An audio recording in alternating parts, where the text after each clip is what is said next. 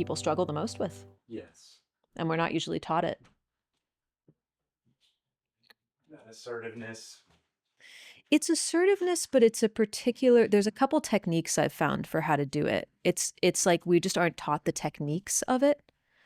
Yes. Because if you just break in, they feel challenged, right? And they could shut down. Mm-hmm.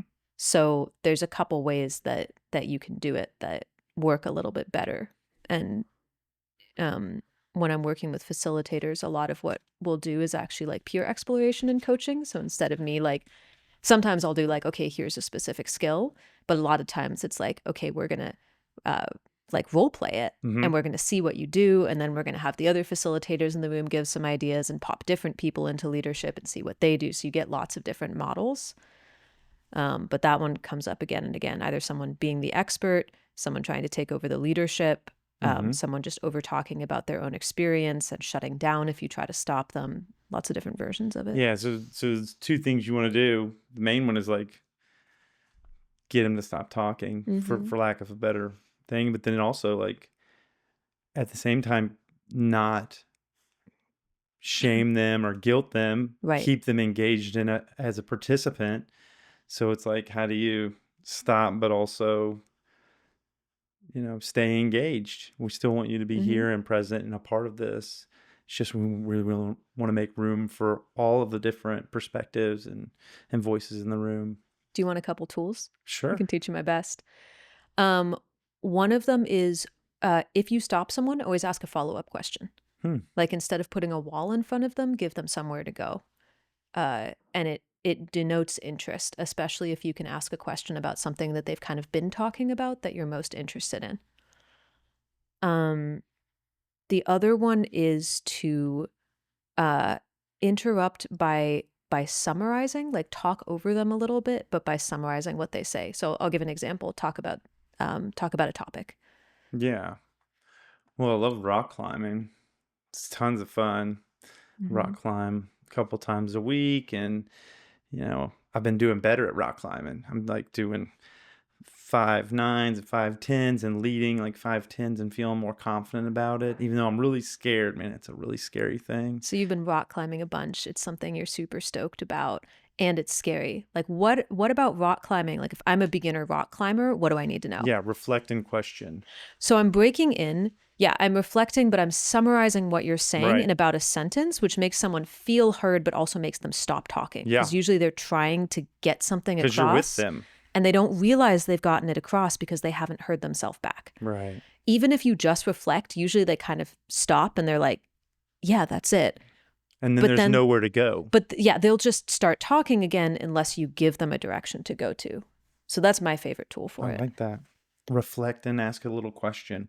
How do you keep that question close-ended, though?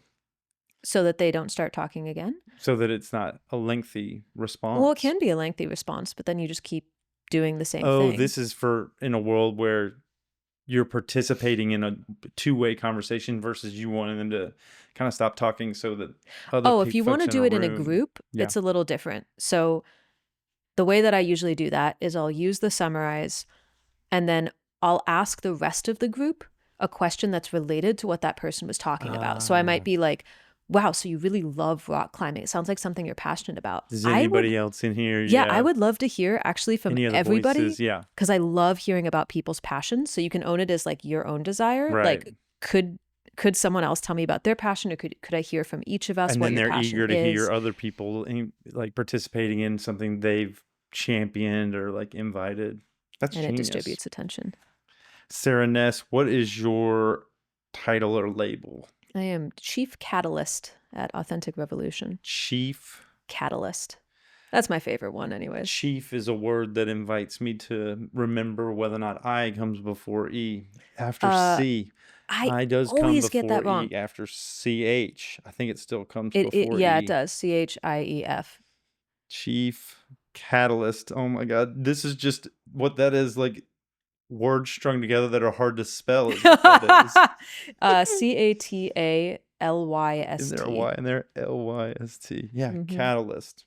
CATALYST. Those words. I mean, those letters. Goodness. Chief Catalyst at What was that? Authentic Revolution. Authentic That's the company. Revolution. Mhm. Anything else? I'm an advisor to a couple organizations, if you wanna put that down. I don't know if What that's would you like? I'm gonna say your name, and then I'm gonna say these things. okay. What would you like people to Chief hear after Catalyst, your Authentic Revolution, advisor to, the social health organizations Seek Healing and Rethink Wellbeing. to the social wellness? We usually say social health, but Oh, social social wellness health is health, that's also fine. mhm. Social health organizations, Seek Healing, seek that's the healing, Asheville one, and Rethink Wellbeing. and we think well-being.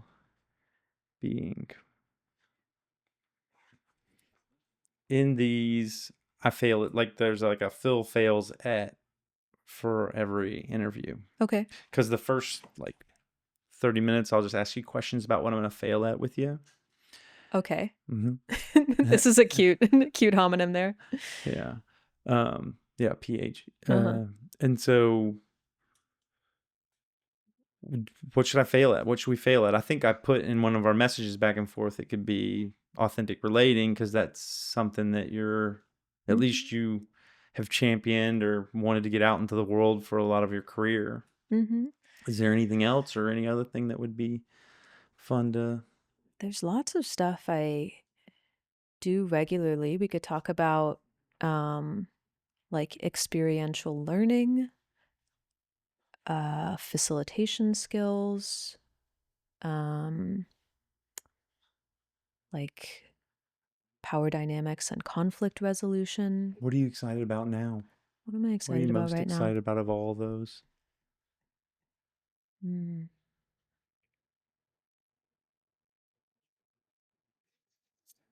I love facilitation training and experiential learning. Um,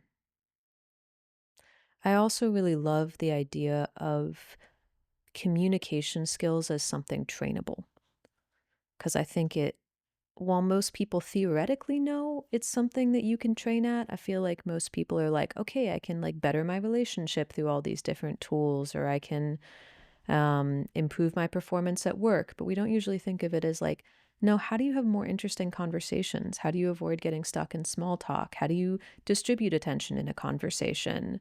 How do you make people feel heard? That like people can become better friends and have more interesting conversations by developing certain skills.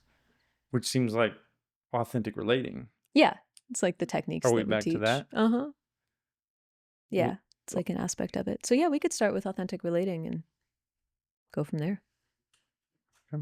Phil fails at authentic relating. That's mostly what I'm known for. Sara Ness, chief catalyst at Authentic Revolution, and advisor to social health organizations such as Seek Healing and We Think Wellbeing. Rethink. Like think about again. What's that? Rethink. Rethink. I can't do Sorry. my R's Oh my correctly. God. No, that was me. Rethink. Rethink Wellbeing. Mm-hmm. That's right. Mm-hmm. And then Phil Phails at Authentic Relating. Let me just breathe for a second before we start. I notice I feel Mm-hmm. nervous or tired.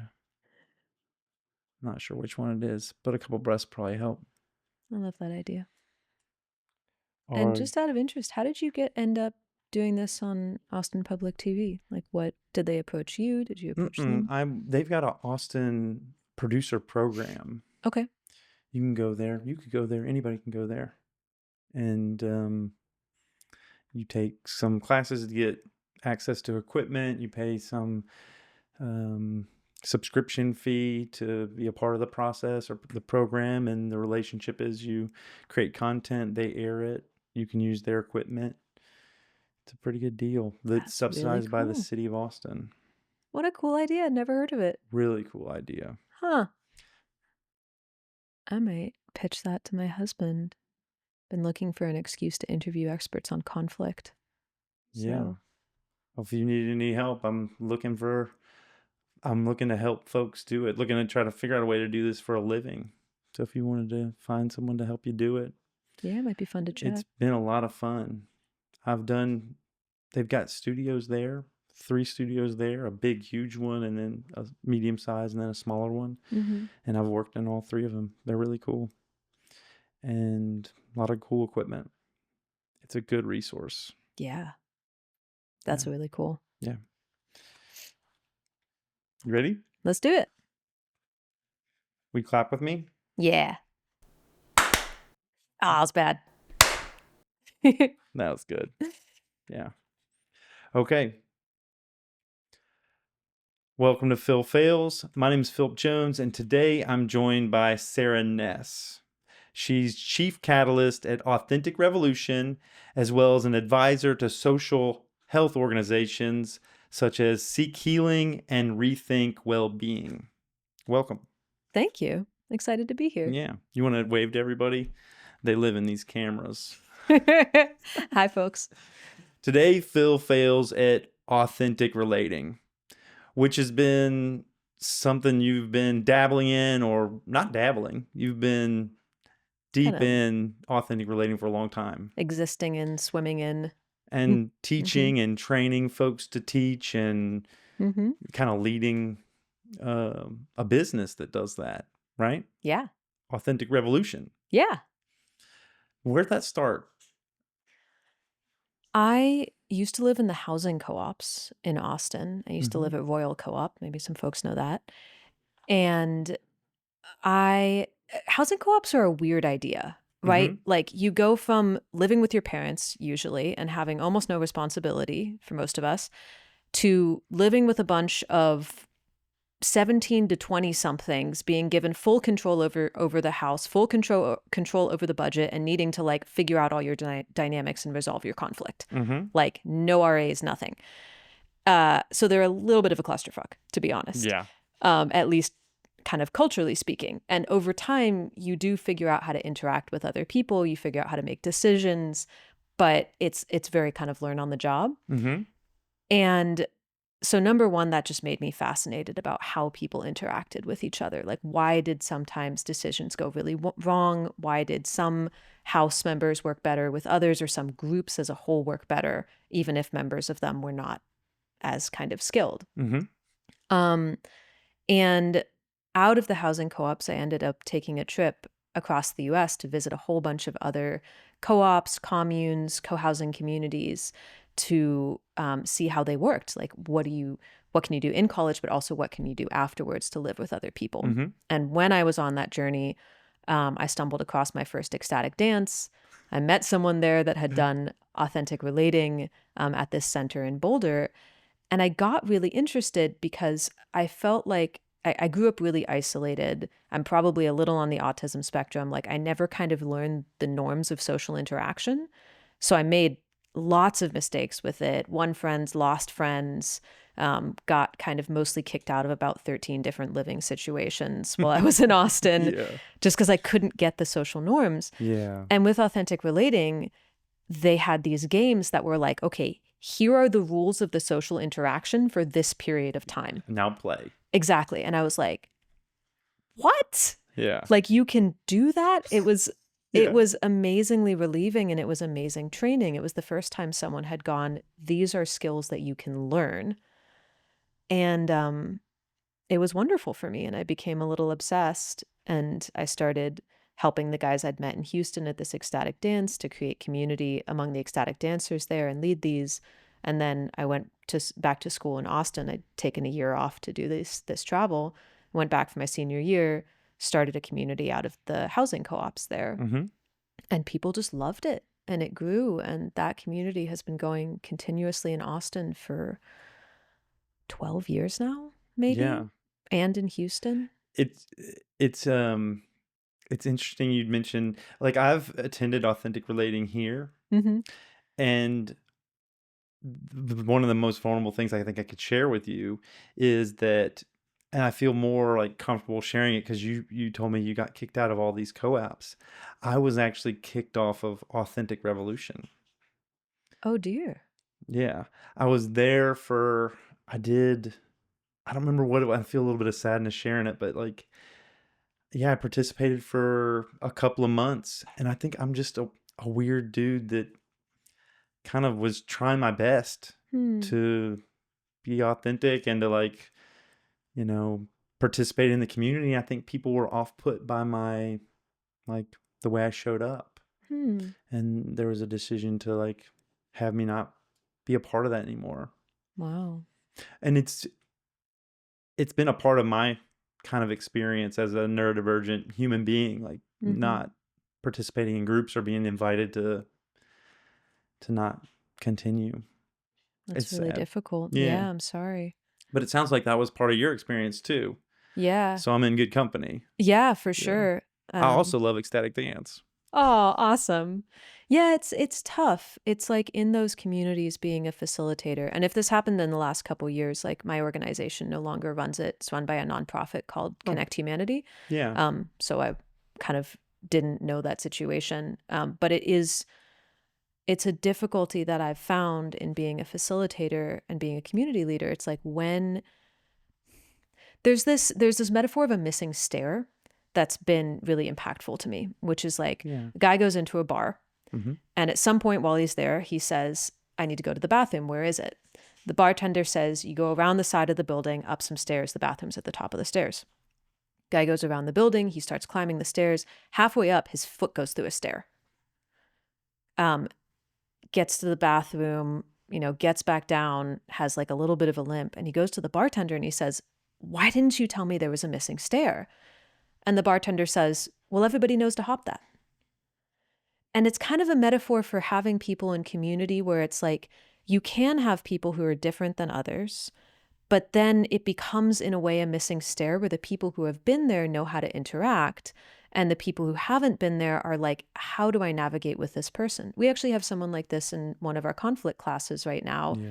And we've navigated it by just making sure the facilitators play with him because he's an outlier because he's a computer scientist. Like he doesn't quite always get the exercises we're doing. He's not quite as vulnerable. But if you understand that personality type, you're like, well, it totally makes sense. And he has perspectives that nobody else will. In public events, it can be harder because you're like, what is the degree of variance that we can navigate here? And how do Yeah. we introduce other people to what that degree of variance will be?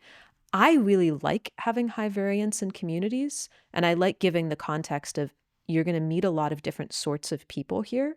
And some of them may not fit the norm that you think people should do here. Yeah. So treat it as a learning opportunity for how people interact in the real world and how you're going to navigate. Because if you're learning communication skills, it's useless if you're just using them with people like you. Yeah.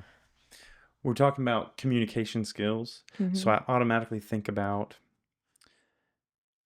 in my life, I don't know, it might be similar to you. I sought out different tools and techniques to help me with relating, Mm-hmm.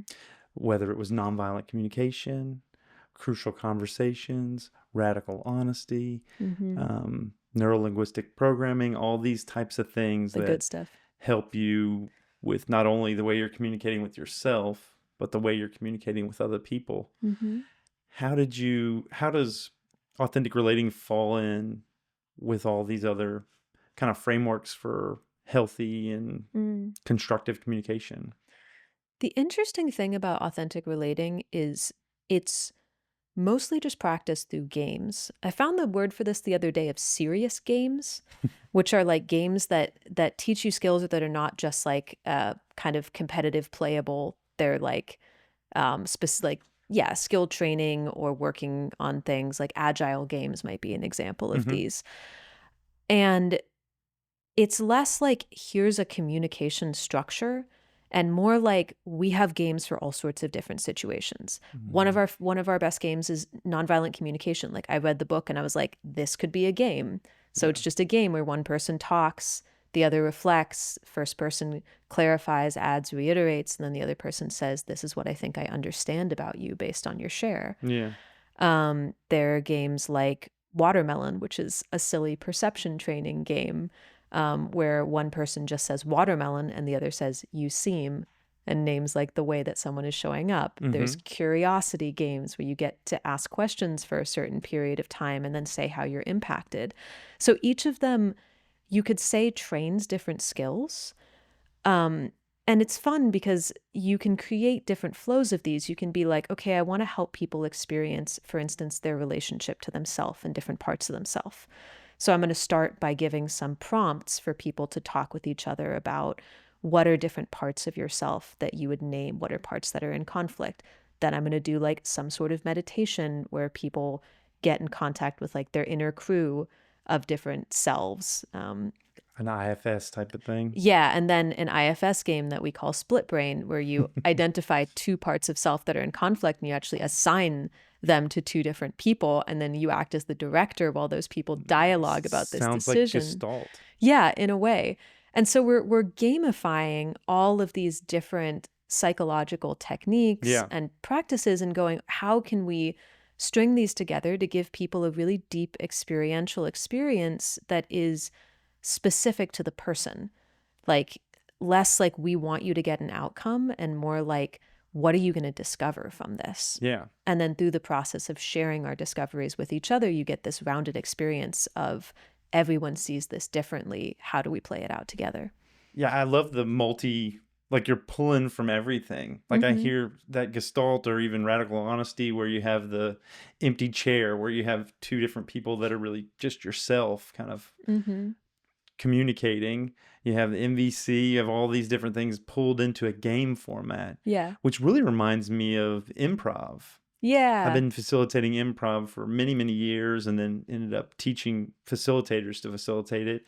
And that's a very experiential teaching environment. Yeah. I was We, just listening to Improv on the way over here by Keith Johnstone. It's one of my yeah, favorite books. yeah. Johnstone's one of the founders of some powerful stuff. And that's a place where I think if you do it right, I love Viola Spolin. Mm-hmm. If you're doing it right, the games do all of the teaching. Yeah.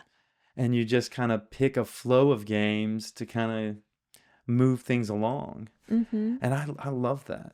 Yeah. I mean, I do a lot of skill training on a daily basis. I have classes in facilitation, I have classes in how to have difficult conversations, in community building. But one of my absolute favorite events that we do, and we do this on a weekly basis for free, and we've run it for like 3 years like that, and many more years intermittently before, is called Fight Lab.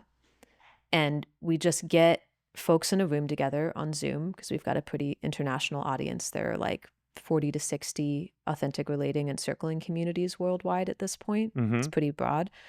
So we get people on Zoom and we're just like, okay, what are scenarios you're struggling with? And we trade off weeks between leadership scenarios and one-on-one scenarios. And we vote on the ones that have the most appeal in the group. Like most people are like, yes, I have trouble with that. Like last week, we worked on one around boundaries that someone brought. They were having a conflict with a neighbor. And then the week before that, it was someone that had been leading an LGBTQ event on touch and consent. And they had some trans folks speak up about not feeling like their experience was represented enough. So, really interesting scenarios. Mm-hmm. And we set it up and we do a role play. And first, we encourage that the person who brought the scenario that's struggling actually plays the antagonist. They play the person they're struggling with to really get in their head. Strong man, their argument, right? And also to show everybody else how that person interacts. So in Mm. future versions, they can represent it accurately. But you can also be a witness. You can try being yourself first round. And after the role play, we stop it and we go, okay, what happened? How did you feel as the antagonist? Like what worked for you about what the facilitator protagonist did? What didn't work? Where did you contract? Where did you like feel like something and you relaxed? Then we get reflections from the rest of the group. It's, I'll do like maybe a tiny bit of like, if they're struggling, like here's a skill that you can try. But for the most part, it's peer coaching, it's experience, it's like a little bit of exposure therapy. That sounds cool. And much as I want to believe that my techniques are the coolest thing, a lot of the time for people just getting to try something and getting feedback and getting to hear from their peers is actually the most valuable thing. Yeah, there's something about when someone gives advice or gives strategies, I always appreciate it. Mm-hmm. But it doesn't mean I can do it. Mhm. And there's something about stumbling until I find it. And it's always going to be a little different than what they suggested, but they can point the way. Yeah. But it'll never stand in for just kind of faking it till you make it. Yeah. Like just getting out there and being messy. Something I like saying is that teaching is general and learning is specific. Yeah. So you really have to give enough time for people to try things. There's a technique that I really love from the rationalist organization CFAR, the Center for Applied Rationality. They do a Mm-hmm. bunch of programs on how do you confront cognitive bias. And they have this tool called Murphy Jitsu. Murphy's Law is anything that can go wrong will go wrong. Yeah, yeah. So if you teach people a new technique or they make a decision about something, you go, okay, we're going to Murphy Jitsu this. Yeah. It's a month from now. How surprised would you be if you don't follow through on this decision or you didn't integrate this technique? And if you're like, I wouldn't actually be that surprised. Some part of me knows I'm not really going to do this. Then you go back and you revise it. Because you're not all in. No. And that's the thing about it is like people, they like the idea of things. I'll say people, but also me. Yeah. I'm like, okay, I love this technique. I love this piece of advice. I'm definitely going to implement it. And then I find myself not doing it because the hypothetical and the reality are really different. Even people's assessment of how much time something will take, studies show that we're wildly inaccurate. Yeah. Yeah. Being a software engineer and estimating is a big thing. When people estimate how long it'll take to do things. Do you know the idea of Socratic ducking in software? What's Okay. this? So this is another version of like we secretly know things that like our cognitive mind doesn't, but like we actually know how long something's going to take or what the issue is. There used to be something in software engineering where a software engineer would finish a piece of code or whatever it was. And then a day or two later, they see their manager walking towards them with a crestfallen look. And all of a sudden, and even before the manager comes, they're like, I know what went wrong. Oh, yeah, this is the rubber duck. Exactly. The rubber duck, you would go, I've heard of that. Uh-huh. That's where you like go to your colleague and tell him what you're having trouble with. And by the time you're done telling them what you're having trouble with, you know the answer and then you go back and fix it. And then the people said, well, why don't you just talk to a rubber duck? Yeah. So in the organization I got it from, they called it Socratic ducking because you would just like ask questions of the duck and answer your own questions. And then you like, it just comes to you. Mm-hmm. That's cool. Okay, 5 questions about authentic relating. Okay. Are you ready? I'm as ready as I'm going to be, which is not. That's like, that was the 0 question. Though I realized that could be the first question. Oh, I'm sorry. You only have 5, so. I've got 4 left. Dang. Okay. How does someone fail at authentic relating? Oh, goodness. One of the ways is, and it's weird to say fail because like, I think everything is authentic to the person, right? So I'm going to go with the standard definition of like what authentic relating usually looks like, which is like being a little bit more vulnerable and honest with ourselves and others. Okay. So one way that people can block that a bit, twofold. Number one, constantly talking about things they already know. One of the most effective ways of appearing genuine to others and actually being genuine with yourself and having a new experience is to allow yourself to discover in the moment what is true for you. So if you're always reporting on something you already know, you're more talking for the benefit of the other person than of yourself. And the other person may not even care. They're like, okay, you've probably told this story 5 times. I want to discover with you what's true right now. So that's one. And the other one can be like, sometimes somebody is making a ton of jokes. And jokes are completely welcome in that space. Like I make them all the time. But if you're very habitually making jokes because you're kind of uncomfortable slowing down enough to find what is true right now, it can block things. And it can also be difficult for a group because it takes the group's attention. Everyone wants to laugh at a joke. Yeah. And if you have someone that's doing that a lot, there's not always room for other experiences. I find jokes really fun when you've had a certain buildup in the room or you've had a certain amount of connection and then someone makes a joke and we're like all in it together. Right. So that's kind of a different type of joke than one person that's habitually like trying to like be the class clown in a way, Mhm. which is usually like, hey, I don't know what it looks like to slow down. It doesn't feel safe. This is my role that I usually play. And it doesn't always work to just have that person to like judge that person for sure and be like, hey, can you stop making jokes? Because you can't tell someone Yeah. to stop doing what they're doing You're taking without away their giving them. whoopee. Right, You can't take exactly. away their whoopee. Yeah, and it never works to tell someone to stop doing something. Right, they Like, just stop asking so many questions. Well, what am I supposed to do instead? Stop over talking. I don't even know that I'm over talking. Like, why is this a thing? you're asking them to stop being themselves or Exactly. stop doing what you've been doing. Yeah. So you can say something like, "Hey, I'd really love to like hear a little more about what you're passionate about. Or I'd Mhm. love to hear your answer to this question. Like I'm loving the humor and can you like tell me it with a straight face or something?" Yeah. Yes, and yeah, I Mhm. like that. Two things I heard there were the first thing I like think of is like be on an adventure together as Yeah, well opposed said. to be kind of going through old stuff that's, a story you've told many times. Mhm. Explore together with the other person. Be kind of inventing it. Like I thought Lewis and Clark, be Lewis and Clark, not, you know, one adventurer recounting his own adventure. Y'all Mhm. adventure together about something. Yeah. Is that kind of it? The Yeah, first totally. first Adventure part? together, even if you're just talking about yourself, like allow yourself to discover a new way of telling the story. Like, for Mm. instance, a fun game to play with networking is have people go and introduce themselves to each other and like talk about what they do, right? So you give them a couple minutes each to do that. Mm-hmm. Then you have them go to someone else and you're like, okay, talk about what you do, but you can't use any of the words you used the first time. Nice. And it Yeah. forces people out of their box. They have to think Mm-hmm. about it differently. And oftentimes they'll find themselves being way more creative. Like maybe the first time they talked about the facts, but the second time they tell a story Yeah. about what they do or a moment with it or whatever. Or maybe get silly or find some way to, yeah, I love that. Invite creativity into something that's could be rote, Yeah. could be like well traveled. Mm-hmm. And And the second, uh, no, go ahead. I was just gonna reflect back the two things that I heard you say, and the other Mm-hmm. one was like jokesters.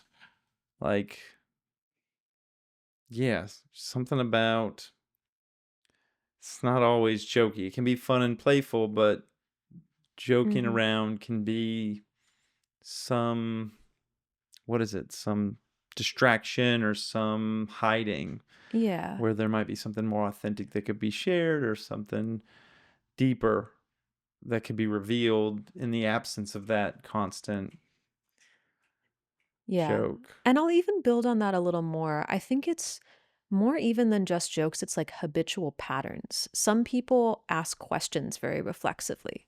They're really uncomfortable having the attention on them, or it's like they've learned it as a mechanism of being liked, or it's uncomfortable to have space in the conversation. And so they'll ask question after question. One way to notice if someone is doing this habitually is sometimes their questions are disconnected from each other. They like need to have a next question, so they'll say it even if it's not really curious. Mm. And that's another form of like habitual relating. And you really have to slow down enough to get out of those habitual forms. So like redirecting the spotlight, like if Hmm. someone is asking a question immediately instead of really sharing what's true for them around something. We're taking enough time to pause and go, what am I curious? If someone's like, what do you do for work? And you answer it, and they're like, cool, like, what do you think about the city you live in? And then Yeah. you answer it, and then they're Like like, there's no do you like have any kids? right, Yeah. there's no logical train of thought where one question leads to some other exploration that's tied. Non Yeah. sequitur questions, a bunch of them. Yeah. It's like, yeah, like, can we slow down and say, like, it seems like you're reading from a list of questions that you've got to ask before we get done. Uh huh. Yeah, that makes sense. Mm-hmm. Those are two good ways to fail, I can imagine. What do you think?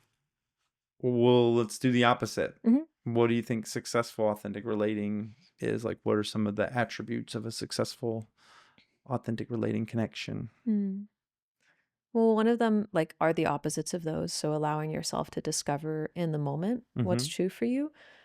Even if it means having pauses in conversation, even if it means saying, let me think about that for a second. Um, it's better to slow down than to assume that you're going to have an answer right away, Mhm. or tell the same story again and again. Like right now, I don't necessarily know what I'm going to say before it comes out of my mouth, Mhm. which on one hand is vulnerable because I'm like, wow, I could just completely lose my train of thought. Yeah. And on the other hand, it feels like I'm being here with you in response to your questions and in response to like even the affect you're giving to me. Like with Mhm. someone else that I'm talking to on a podcast or something, I'm going to interact differently. And Yeah. with you, it's really easeful, which I'm appreciating. Um, uh, so that's one of them. Is just like slowing down and Can't do taking the opposites time. of the fails though, Sarah. Shoot. Okay. Well, Um, you can. You can do gosh, now I've got to anything. think of something Oh else. my goodness. You get no time. Uh-huh. What do you think? Not opposites of the I love that Non-opposites of though. it. Yeah. Like what do you think are other things? How do you succeed at authentic relating? Be Allowing yourself authentic. to be paradoxical is another one that I really like. Mhm. And it's hard to describe this one. Sometimes people seem almost apologetic for changing their mind or having different perspectives or having parts of them in conflict. They're like, I know I should have an answer to this, but, or like, I'm sorry, this is confusing. Um, things like that, where it's like, no, there's not one authenticity.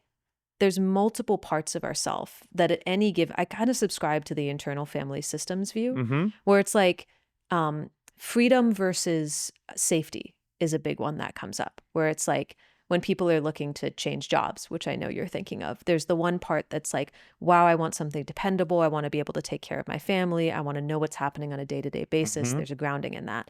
And then the other part is like, but I also want to feel passionate about what I do. I want to feel expressed. I want to feel like I'm giving something to the world, Yeah. right? And then maybe you have another part that's like purpose driven. Like, I want to give something that's really meaningful. And another part that's fun driven. It's like, I just want to really enjoy what I do. Yeah. And we get very bound up because we're like, I should just have one narrative and make one decision. Our Yeah. culture doesn't have a lot of space for not knowing, for exploration, for making mistakes, for changing your mind. But people who assume they should be cohesive um, seem very in conflict with themselves. And you can kind of feel that bound upness. Yeah. And people that are willing to just be like, here are the different parts of me speaking. I don't quite have an answer yet. I'm going to live into it, and share that with others and be willing to. I find that brings a form of authenticity and relatedness that then others really open up as a response. They're like, oh, yeah, I have that too. Yeah, I'm torn too at times. Yeah. Yeah, Pulled in exactly. four quarters. Here are all the different pieces of me that are struggling right now. So it's Yeah. like, and that kind of ties into another piece, which is like just vulnerability of things that are going on with you, things you're scared of, things you're proud of, things you're experiencing right now, things you'd like to experience. That Mhm. causes others to open up. When I'm training facilitators, I'm like, in any game, you should be the first to be vulnerable Yep. because the group will go to the depth that you go. You should always do a demonstration of a game. You should always do it ideally from something that's like true in the moment for you then. Yep. Or if you've come up with it ahead of time, it should be something that like really feels true for you, even if you haven't figured it out yet, especially if you haven't figured it out yet. Let them see the messiness of that. Right. And it should be adapted to the group you're working with. If you're Right. working with a company, use a professional example, Right. whatever it is, but like let yourself set that standard even if you're in the front of the room. I love that. And I use that in the improv facilitation when I go in there, when I participate or demonstrate, I make sure I'm huge Mm-hmm. so that it sets this bar way high so that anybody can, express Right. below that. They can come up to me, they can go past me, but I'm at least creating a huge room, a huge area for everybody to make silly sounds or make silly noises or gestures or movements Mm-hmm. because we got this kind of gregarious, wild Tasmanian devil that like says, okay, well, if that's the normal of the facilitator, then that leaves a lot of opportunity for Right. me to be anything that I want. It's another reason why, as a facilitator or a teacher or whatever, it can be valuable to demonstrate different ways of doing something where you can be like, okay, I'm going to demonstrate. Like, for instance, if we're doing a vulnerability focused exercise, generally speaking, we want to give people a couple different options. We want to be like, okay, if you want to do the spicy version of this, you could like talk about your childhood trauma. Yeah. And you might even give like a little example of that. If you want to do the intermediate version of this, say it's a curiosity game is an example I'm giving. Like you could ask questions about like, what is a traumatic experience you had in childhood? What's your relationship to sexuality? Mm-hmm. How did your parents fail you? If you're doing an intermediate version, you could be like, what are you passionate about? What is your home life like? What is something that you've always wanted to do and haven't gotten a chance? Mm-hmm. If you want to do a mild version of it, you might be like, what is it that you do for a living? Um, Yeah. where do you live and how do you feel about it? So that I'm giving examples in that. So it's not quite like the vulnerability of demonstration, but I'm giving people enough ideas that they can play at their own level and they Yeah. can bounce off of it. Because if you give both like this is what it looks like as fully expressed, which is great in And improv. you all have to do it. Exactly, but you Yeah, can it's like, also be like, okay, like, but this is the version of it where like I'm also expressing, yeah, but I'm doing it in like a way that feels true to me. So true like to me. find your Yep. whenever we teach trainings, we always have multiple leads.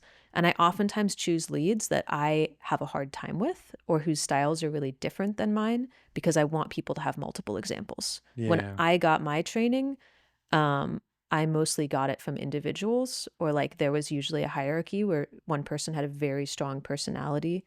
And I, especially when I initially got trained in circling, I really, really struggled because the style I saw was not my style. I couldn't emulate it, and I didn't do the practice for months and months afterwards because I felt so ashamed at not being able to replicate that. Mhm. And I don't want that to happen for my students. Yeah.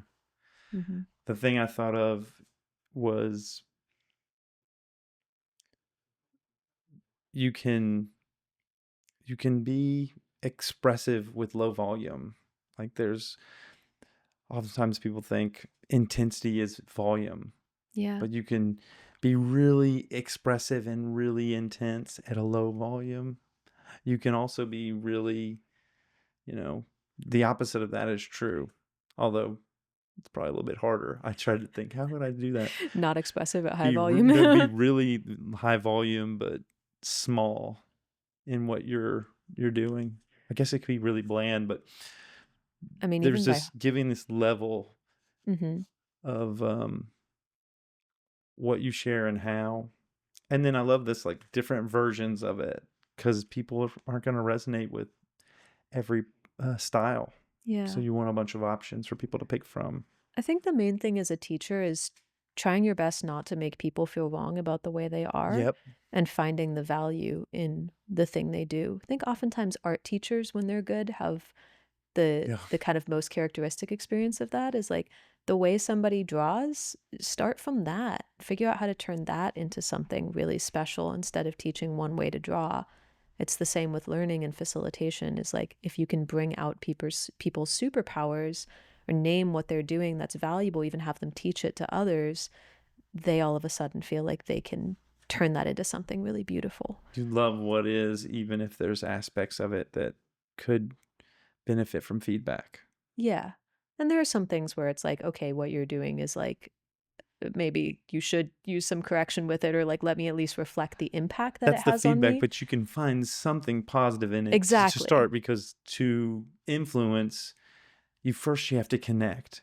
Yeah. First, there's got to be some engagement or some like trust Yeah, that you comes have to through. I appreciate see what is. you. And then there's some opportunities. Right. That makes a lot of sense. Yeah. Like if I have really soft spoken facilitators, I'm like, that can be a superpower. People have to lean in when you speak if you Yeah. really own it instead of apologizing for it, Yeah. which I guess is another piece of like doing authentic relating, right? Is like try not to apologize for who you are. Yeah. There's going to be somebody that gets along with it. It's the facilitator's job to find a way of accepting it and normalizing it for the group, ideally, or finding a way of talking to you one on one and saying, hey, you can choose your behavior, but here's the impact it's having on other people, which we don't usually get told. We just get told you should change that. Yeah. We want to know the impact. Or the impact is every, I believe that most things with regard to personal growth, personal development begin with awareness, Mhm. an increase in awareness, whether it's looking in or looking out. And so having that level of what's the impact of this? And oftentimes just the impact alone, if provided in a safe way, or safe's kind of a charged word in this area, in a, Consensual way maybe is yeah, like and where they're not out to get you, the yeah. person's not giving it for their own agenda or they're not trying to hurt. The changing can occur, much Mhm. like if you touch a stove, like the feedback is immediate, it's hot. The hot stove isn't out to get you, and you're Right. going to just not touch that stove again. Yeah. So getting that feedback immediate, getting that impact of your actions can be really, it can be informative. Yeah, my husband makes a distinction I really love. He sometimes does feedback trainings for companies and he does makes a distinction between appreciation, evaluation, and coaching, that they're three different things. Appreciation, evaluation, and coaching. Yeah, it's really nice like when we give feedback to our co-facilitators, I oftentimes try to like distinguish those three things. Like here's Okay. what I loved about what you did. Mm-hmm. Evaluation is like basically like here's how I felt about it, here's how it landed, here's the effect I saw on the rest of the people here. Um That's evaluative.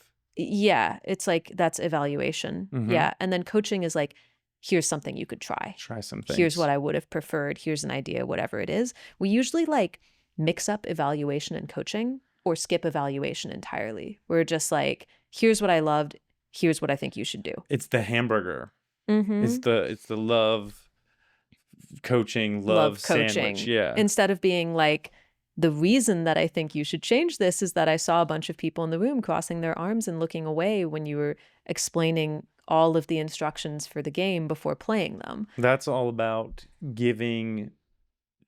having a lot of detail and having a lot of specificity in the feedback that you're giving, which is like, Mm-hmm. I observe this. I get back to this MVC thing. I don't know why I'm on a Marshall Rosenberg thing today, but Because NVC is amazing. I love It's like I one of love the Marshall best Rosenberg. tools. Yeah. I found one. I'll digress for a moment.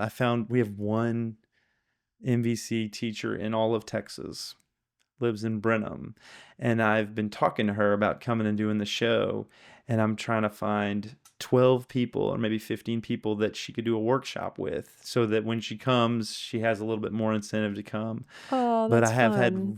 I posted on Facebook and no one responded, and I felt like, Huh. does no one love MVC anymore? Like, what's up? I know some local groups who do it. I'm trying to remember the name of the Well, there used to be organizers. David and Yeah, David and she Ellen or moved something. back. She moved back to Europe.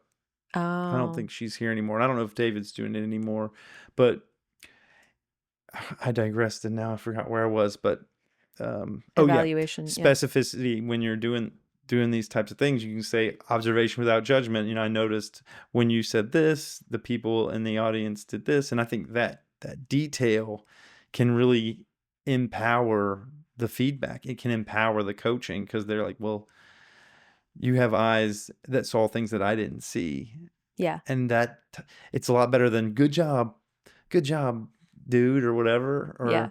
or I liked what you did there. And it's like, well, what exactly did you like? There's nothing I can take away from that kind of dull feedback. Yeah. And I will say that I personally am really prone to coaching without evaluations. This is a skill that I'm constantly You do it.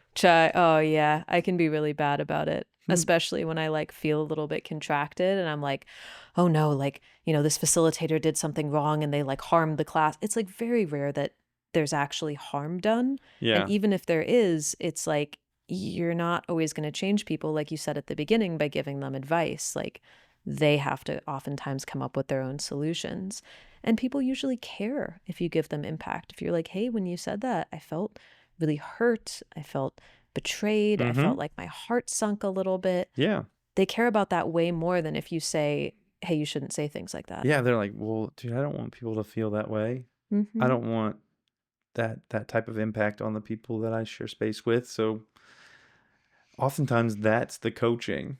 Yeah. Just well, you can give a couple strategies. I imagine they could be helpful too, but they're probably going to be sitting in that for Yeah. a minute of like, I've had a bunch of failures, me personally, and sometimes the failures can be deafening, Yeah. just sitting in the impact of them. But that in that deafness, in that failure is the learning, the lesson, the tool, the Yeah. gift. I think the best way to approach it is like as a scientist as well, which Hmm. is like if you get feedback, if you can like teach yourself to treat it as data instead of a commentary on you Yeah. and be like, well, Yeah. what specifically did I do that caused that moment?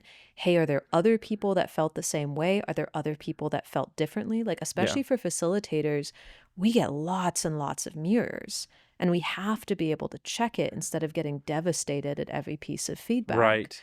They all can't strum the chord of our self-limiting beliefs. Right. And so you have to start, even when you get appreciation, start asking, well, like, what Is that specifically did you valid? Yeah, appreciate? yeah.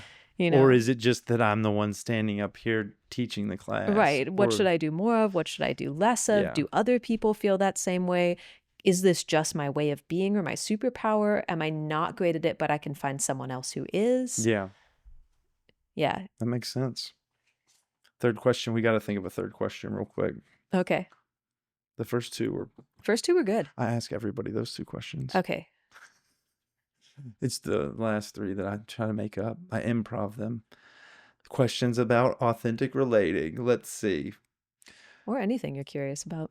What am I curious about? I mean, ideally what I'll do is I'll like take these and practice them. Okay. Like this is the beginning of a relationship with someone. It's the opportunity for that. And the vision is that after this kind of learning this skill from you, getting these 5 questions and talking about this practice, Mm-hmm. learning about your life and what got you there, the next step would be, if there is kind of a if it's cool with everybody, I'll practice it and then come back and have follow-up conversations where I'll say like, oh, I practiced some of these I things love and that. then this is how it worked or didn't work, and then it's an invitation into some kind of relating Mm-hmm. um, with the philosopher that manifested into this philosophy book club. Mm-hmm. This philosopher brought over 9 books and he was like, okay, here's how I think we should do it. And I was like, okay. Now I'm like reading philosophy every other week, That's fun. which has been That's a challenging. great thing to leave somebody with. I mean, it's awesome. So let's see. How can I learn? What do I want to know about authentic relating or authenticity and It's hard because, vulnerability? like, you do a bunch of these skills already. I can already tell in the way that you're navigating it, like, even you not having the questions prepared, but instead being like, okay, what am I curious about from the person? The way you make eye contact, the way you lean forward, you have like a kind of ease of movement that's usually common in people that are actually relating in the moment. There's kind of like a stiffness of posture Hmm? when someone's being kind of self conscious. Hmm. Also, you started us out by being like, even before the interview, by being willing to talk a little bit instead of being like, okay, we have to start the interview at this time. You were like, it's okay to chat. It's okay to like shoot the shit, Yeah, I answer some want people to be questions with each other. comfortable. Right. Yeah. Which is a form of relating and being kind of in yourself and in the connection with someone Yeah. else. Because authentic relating is like both authenticity, like me expressing, and relatedness, receiving the other person and being willing to kind of be in the beingness together. Sarah, I have in my life done a lot. Mm-hmm. Uh engaged with a lot of frameworks and modalities in order to do what I thought was fix me. Mm. In order to figure out how to do better at making friends and being a part of communities. So I've engaged with a lot of different types of, practices. Authentic relating has been one of them. Mm-hmm. And I think what I learned in the end was, I didn't need to fix me. I'm not sure which one taught me that, but just the idea that I needed to fix myself or change in any sort of way. Not that all these weren't wonderful, but that's probably why I have a grocery list of these types of things and a lot Mm-hmm. of shared vocabulary Yeah. and little practices that I use that I learned from each one, you know? Yeah. It's like you try to triangulate yourself through all the different modalities, and at some point you're like, I can go to any of these points, but there's a me in the center of all of them. And I'm okay. It's Yeah. okay to be weird. It's okay to, you know, Mhm. it not work out all the time. It's Yeah. okay to be different. Um, did you have, well, what brought you to these types of things? You said you got the boot from some co-ops and having maybe some level of autism. And I know autism has a social dynamic to it. What Mhm. had you interested in these types of things? I think, um so like I said, I grew up quite isolated. I really didn't have many friends growing up. Looking back, I don't know if I'd say I had anybody that was a true friend. Like I didn't have anyone I could talk to about what was actually going on in my life, until high school for sure. And even then I was like friends with all the outcasts at a school of outcasts. Yeah. Um, and so there was a lot of social skills that I didn't really learn. But when I got to college, I was kind of like an arrow loosed from a bow. Like I grew up quite isolated. My parents didn't have any friends or even acquaintances either. They worked most of the time. They were both researchers and doctors. Mm-hmm. Um, and I and I went to an all girls private school for middle school and high school, like 30-person graduating class. So it was about as like isolated as you get. You've Lived said in the isolated suburbs. now 3 times. I Yeah, have to ask about what that is. What do you mean by like isolated? like I just didn't have many people in my Was life. it out in the middle of the country I lived or? in the suburbs. We didn't know anyone else on our street. My parents didn't have friends. I barely had friends. I taught myself to read when I was about 4 years old, and then I taught myself to speed read, which I thought was normal reading. So I used to read on average about 10 fantasy books a week. Oh, wow. My whole world existed inside of books. It's still kind of my main addiction. Like if I start reading a fantasy book, I cannot put it down until I'm done. And usually until I'm done with the series, I won't work. I won't interact with my husband. I won't hang out with friends. Like I have to ration myself Yeah. because it's my safety place. Mm. So I wasn't like locked in a cage or anything, but I definitely didn't learn social skills. Was that a wonderful place to be, though? Oh, Well, I loved it. we're kind of like overlapping with the second part, which is going to be this deep dive into your past, which is fine. Yeah. You're giving me a little bit of insight into what that's gonna look like. Yeah. I did. It felt like, I think if I hadn't had that, I would have been um, quite depressed. But instead, I had all these wonderful worlds to live in.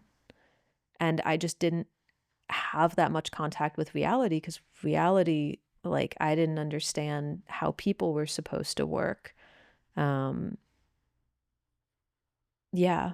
And How that's such a funny thing yeah. to hear that sentence, how people are supposed to work. Yeah, how they're supposed to, like, what are the social norms? How do you talk to people? Whenever I talk to Mm, people, especially new people, I just felt extremely uncomfortable and awkward and yeah. bound up in myself, which I think is really normal for Probably that normal, age. yeah, for I would make a lot of faux pas. I wouldn't notice social signals that people thought they were giving off. I couldn't understand anything that wasn't explicitly stated. yeah. You want yeah, explicitity, Yeah. explicitity, Explicitness? explicitness. I kind of like explicivity. That's really good. I think that's a neologism. I know, I love those.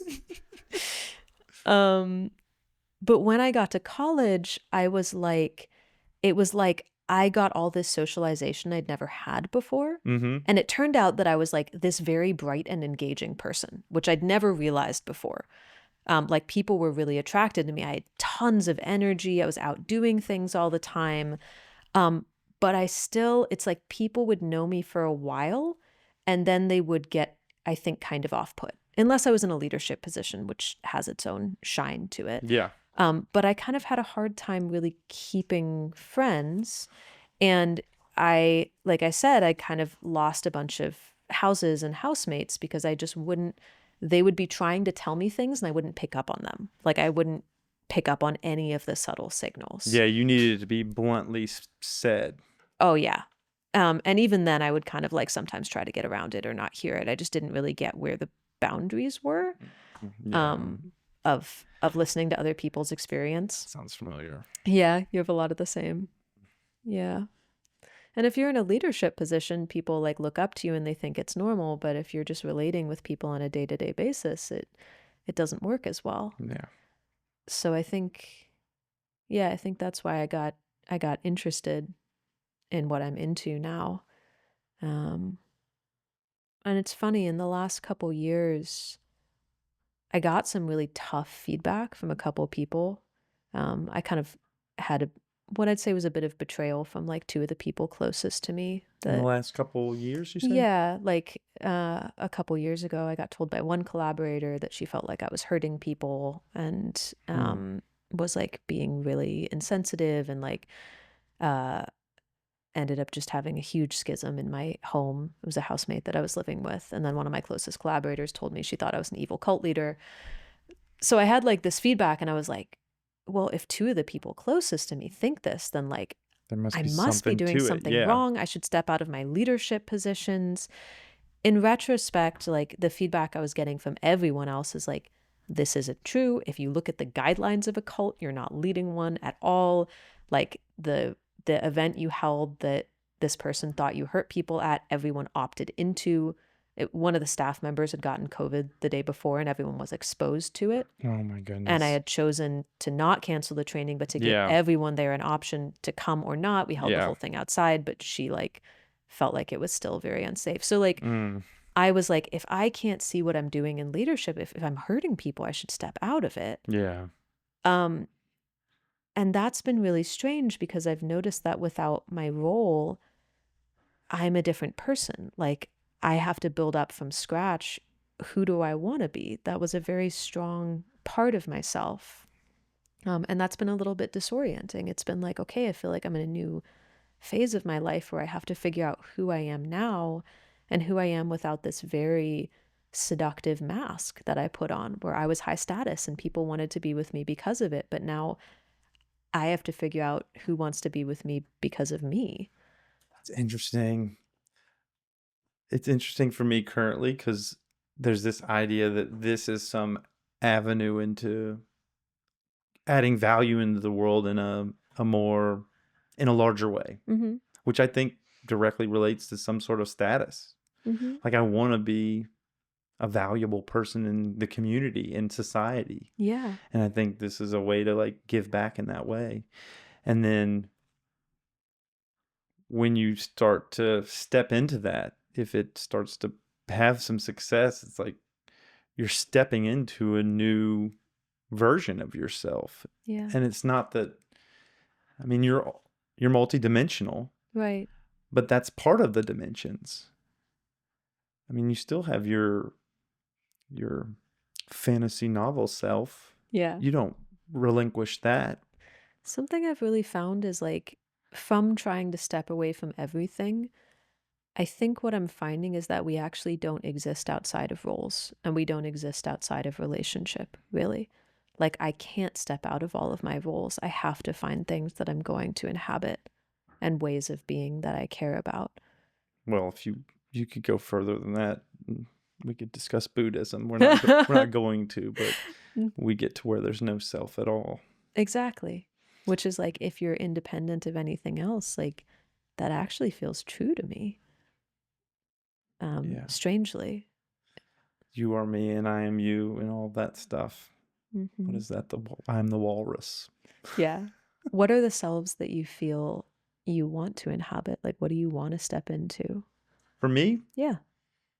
when I think of the person that I'm every day kind of more and more stepping into, is it falls under mind, body, and spirit type of realms. Just living an active life where fitness is a big part of it and optimal health is a big part of it. Hmm. And then um, engaging, learning, lifelong learning new things all the time, and then sharing those with people, interesting things I'm excited about or interested in a way that's not just enriching my life, but enriching other people's lives. Hmm. Being ADHD and probably other coexisting conditions, I've gone down numerous rabbit holes and they've been to myself, right? I've gone deep dived into a ton of things when I was circling a bunch, I think I went way down the integral rabbit hole, and it lived and died within me. And I want to find a way to share these rabbit holes Mm-hmm. because it's really fun. Some way that ADHD can be a benefit to everybody. Yeah. Yeah. So, and then also there's a part of it that's seeking companionship and realizing that providing value in the world is a beacon of sorts to folks that not only share your values, but are walking their own path. There's this saying, you find your purpose and then you find your partner. Mm. And there's this way I'm still looking to find that purpose-driven life. Well, that's what I'm finding right now. I'm living that purpose-driven life. Mm-hmm. That's a pretty cool thing to say. Yeah. Yeah. Well, now it is. Finding that mission and purpose. Mm-hmm.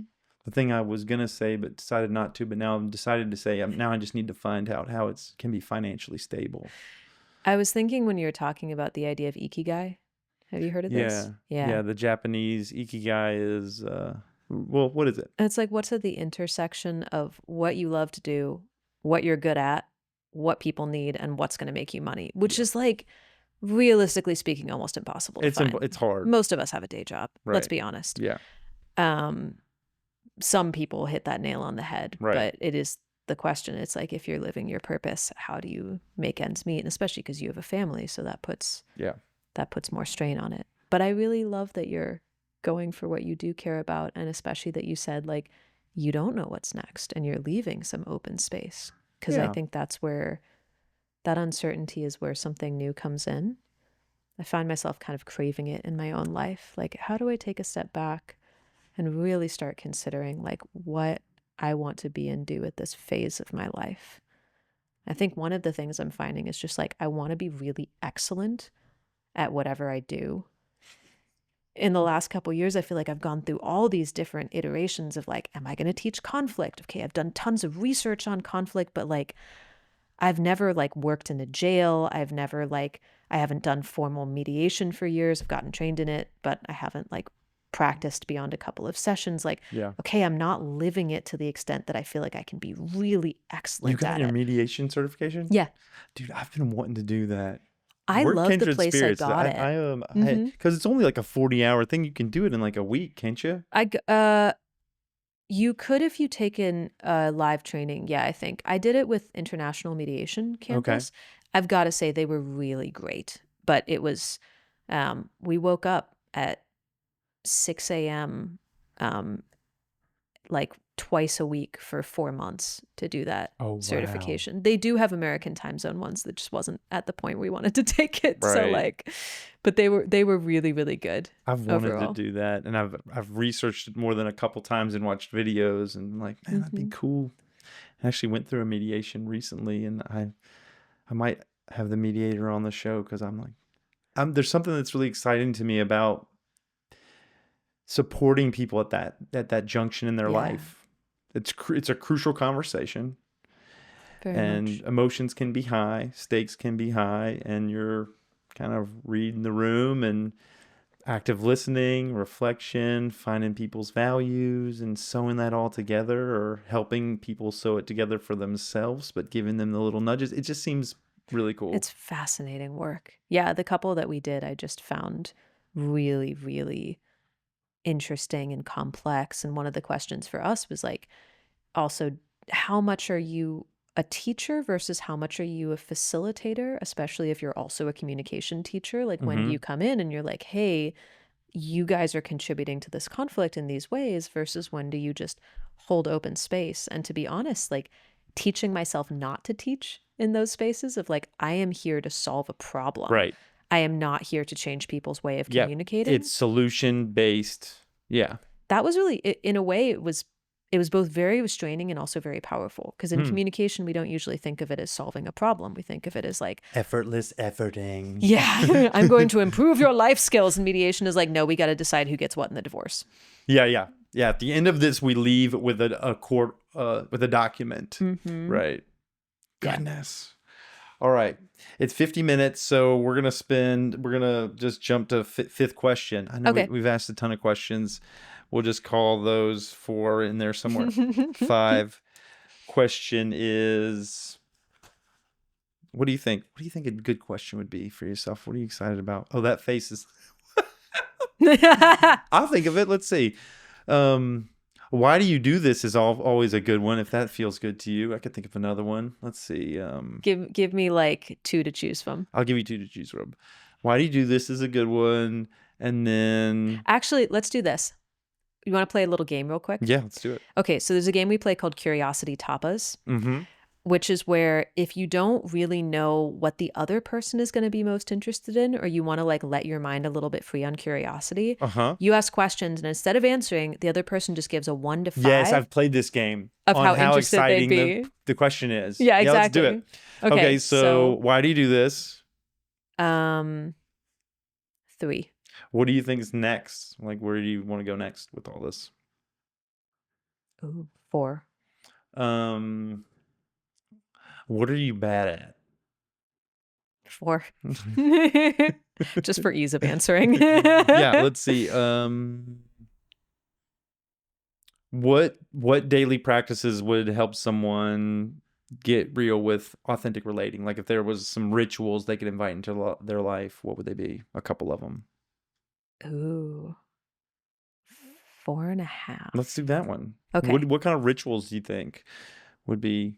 Also, I love how much more creative you got just then with like getting to slow down and think of questions instead of like pressuring yourself to have one. Yeah. It was really cool to see that Yeah, shift. that's good. Mm-hmm. Well, there's this if I don't have a question immediately, I'm seen as I'm not good enough, I'm not smart enough, or that sort of thing. The benefit of me calling the show Phil Phails is Mm-hmm. I'm not inviting people to see something that's polished and put together and is a successful show. Yeah. I'm inviting them to see me fail Uh-huh. and to fumble and to figure it out. It's so much permission, right? Let them just witness this whole thing, the Mm-hmm. fool's journey in every episode, which really gives me a lot of like grace, Uh-huh. which I want us all to have. Like called yourself out ahead of time. Yeah. It's a Mm-hmm. fool's journey, you guys. Like, Yeah. witness. So let's see. The question was, how would I recommend that people practice this, right? Yeah, rituals that you think they could invite into their daily life that could, if I've got my morning routine, you Yeah. could do some journaling, or what would be your authentic relating kind of daily routine that would maybe Yeah. start to, start to like reinforce or build up a practice. I have a couple ideas of what I do, so I'll just share those. Yeah. One of them is I really love having buddies that I like do a check-in with, like ideally every day. So I and my husband are poly. We have a really wonderful girlfriend. Every day or at least once a week, we have a group thread together, and each of us will do a little check-in. And we've kind of defined together what we like best. So ours is sensation we're feeling, a story we have, appreciation, and my husband added one that's like an impossible story that you have. So what's something impossible you can like get yourself to believe right now, just as a creativity exercise. So like the idea that like everybody, so my impossible one right now might be like everybody has a secret purpose. And it's like a very clear thing. It's like you should do this thing, like you should teach people finance, for instance. Like that is your purpose in life. And when you find it, it's going to be like transformative for you. Yeah. Yeah. But it's something really weird and so specific that very few people find it. Yeah. Like you got to hit that nail exactly on the head. And if you do, boom. But you it's just like, happen to be in an office going through to meet somebody else, and you see a finance piece of paper and you're like, what? it is my role in life. I just got a little aroused. Exactly. Yeah, exactly. Why am I aroused right now? my thing in life is to create kinky videos about finance documents. Oh my God. Ding! Yeah. Yeah. So that's my impossible story like for today. So that's one thing. It's a just check-in, a daily check-in with With people in your somebody, life. yeah. Yeah. Ideally something like maybe in the morning, even if you're messaging somebody else, but something to like get you a little bit into the norm of sharing with Because somebody. well, it's twofold. Number one, you're like, what am I feeling? Like you're checking in with yourself before you're sharing that check-in. So Yeah. it allows you this, it gives you this point Mm-hmm. where you define point where you're saying, I'm going to check in with myself. And then what you just shared was, I'm going to share that out. Yeah. And I do that with myself too. Like even before I get out of bed in the mornings, if I remember, I do like 3 appreciations and 1, what is my intention for today? And for a while, I was really struggling with self-confidence. So I made myself do the appreciations as what appreciations do I think other people have for me? Oh, I And I like made that. myself name 3 of them. And then I do what's my intention for today. I think people, yeah, what do I think people appreciate about me? That's interesting. It was really It really helped with self-confidence because I realized that my internal stories were really negative. I was kind Mm, of implicitly assuming that other people were don't like me. disliking things Yeah. about me. And instead, I was like, no, I bet you that my friend is really grateful to me that I texted her yesterday to ask how she was doing. And I bet she like thinks that I'm a good friend. Yeah. And I was like, whoa, this is like challenging Well, something I you're didn't even automatic. believe Yeah, I had. you're battling your self-defeating, self-limiting beliefs in there. You're Right. battling all your shadows. It's really cool if you can get yourself to like do the opposite of what your brain is implicitly thinking. Yeah. Existential kink is a version of this, I but love existential kink. something I did for a while is like when I was feeling really self-conscious and nervous around other people, I made myself look at them and just say friend inside my head. Mm. And it like I got so much more comfortable with people. I was like, what is my brain actually Everybody's my saying about friend. them? I think my brain was like unsafe, unsafe, Unsafe. unsafe, Yes. unsafe Yes. That's what your brain was saying, was my probably. default. And when I made it say friend, it was like, oh, friend. In Buddhism, I'm bringing up Buddhism again, probably just No, that's because great. I just talked to a Dharma teacher before you and Uh-huh. also have been in it. But in Buddhism, they've got this thing where because of reincarnation, like everybody in the world has been your mom at some point in the Wow. infinite. That makes your mom jokes more awkward. So, but they teach you to like see everyone you're communicating with as your mother. Mm-hmm. So there's this automatic familiarity, loving kindness type of vibe. So it Yeah. seems like this trick, I'll call it a trick, but just this like yeah, a trick Reminder. to like make people less threatening, make people more loving. You're essentially, they say God created the world as in his image, but Mm-hmm. we are God. We create the world in our image. Mm-hmm. And once you realize, I mean, I'm saying absolutes, but once you realize that you create the world, then make it a friendly world. Yeah. Sure, shit might happen. Things might go bad and someone might do something that's wrong. They might wrong you, but don't let that be what you look for every day. Yeah. Create Which is, friends. And that's what you were doing. yeah. And it requires a conscious effort to do and a constant effort. Yeah. The other one I'll say, and we're kind of going through a whole bunch of cool ones here, but the other one I'll say is like, it's around the idea of withholds. And a Mm, withhold is something that you are like holding back that's eventually creating a barrier between you and someone else. Sometimes these are really big things. Like I have a withhold from this is not true right now, but I have a withhold for my dad about like not making his will or something or not talking about his cancer. Or I have a withhold for a housemate about feeling like we might need to part ways or like, we've had a really difficult interaction. So some sometimes kind they're of big. thought that's been happening in the back Right. of your head or that's coming up and you're not sharing it. Yeah. But sometimes they're also really, really small. It's like I have a withhold from my housemate about the fact that she slammed the door and gave me what I thought was a dirty look when I walked in the other day, and I'm feeling really uncomfortable around her. Yeah. Um, I have a withhold for my husband around like him checking his phone when we're talking and the fact that like I feel a little disconnected when he does. Mm-hmm. Uh, and you notice withholds usually when you're starting to avoid the person or avoid some aspect of their behavior Yeah. or feeling subtly resentful. Those are like the triggers for I probably have a withhold. And I bet if everyone listening thought about it, they would notice a couple little You withholds probably they got had. withholds with people in your life. And usually you don't even know what's the moment it came from. Like you have to really practice to be like, let me track back and ask myself when this started.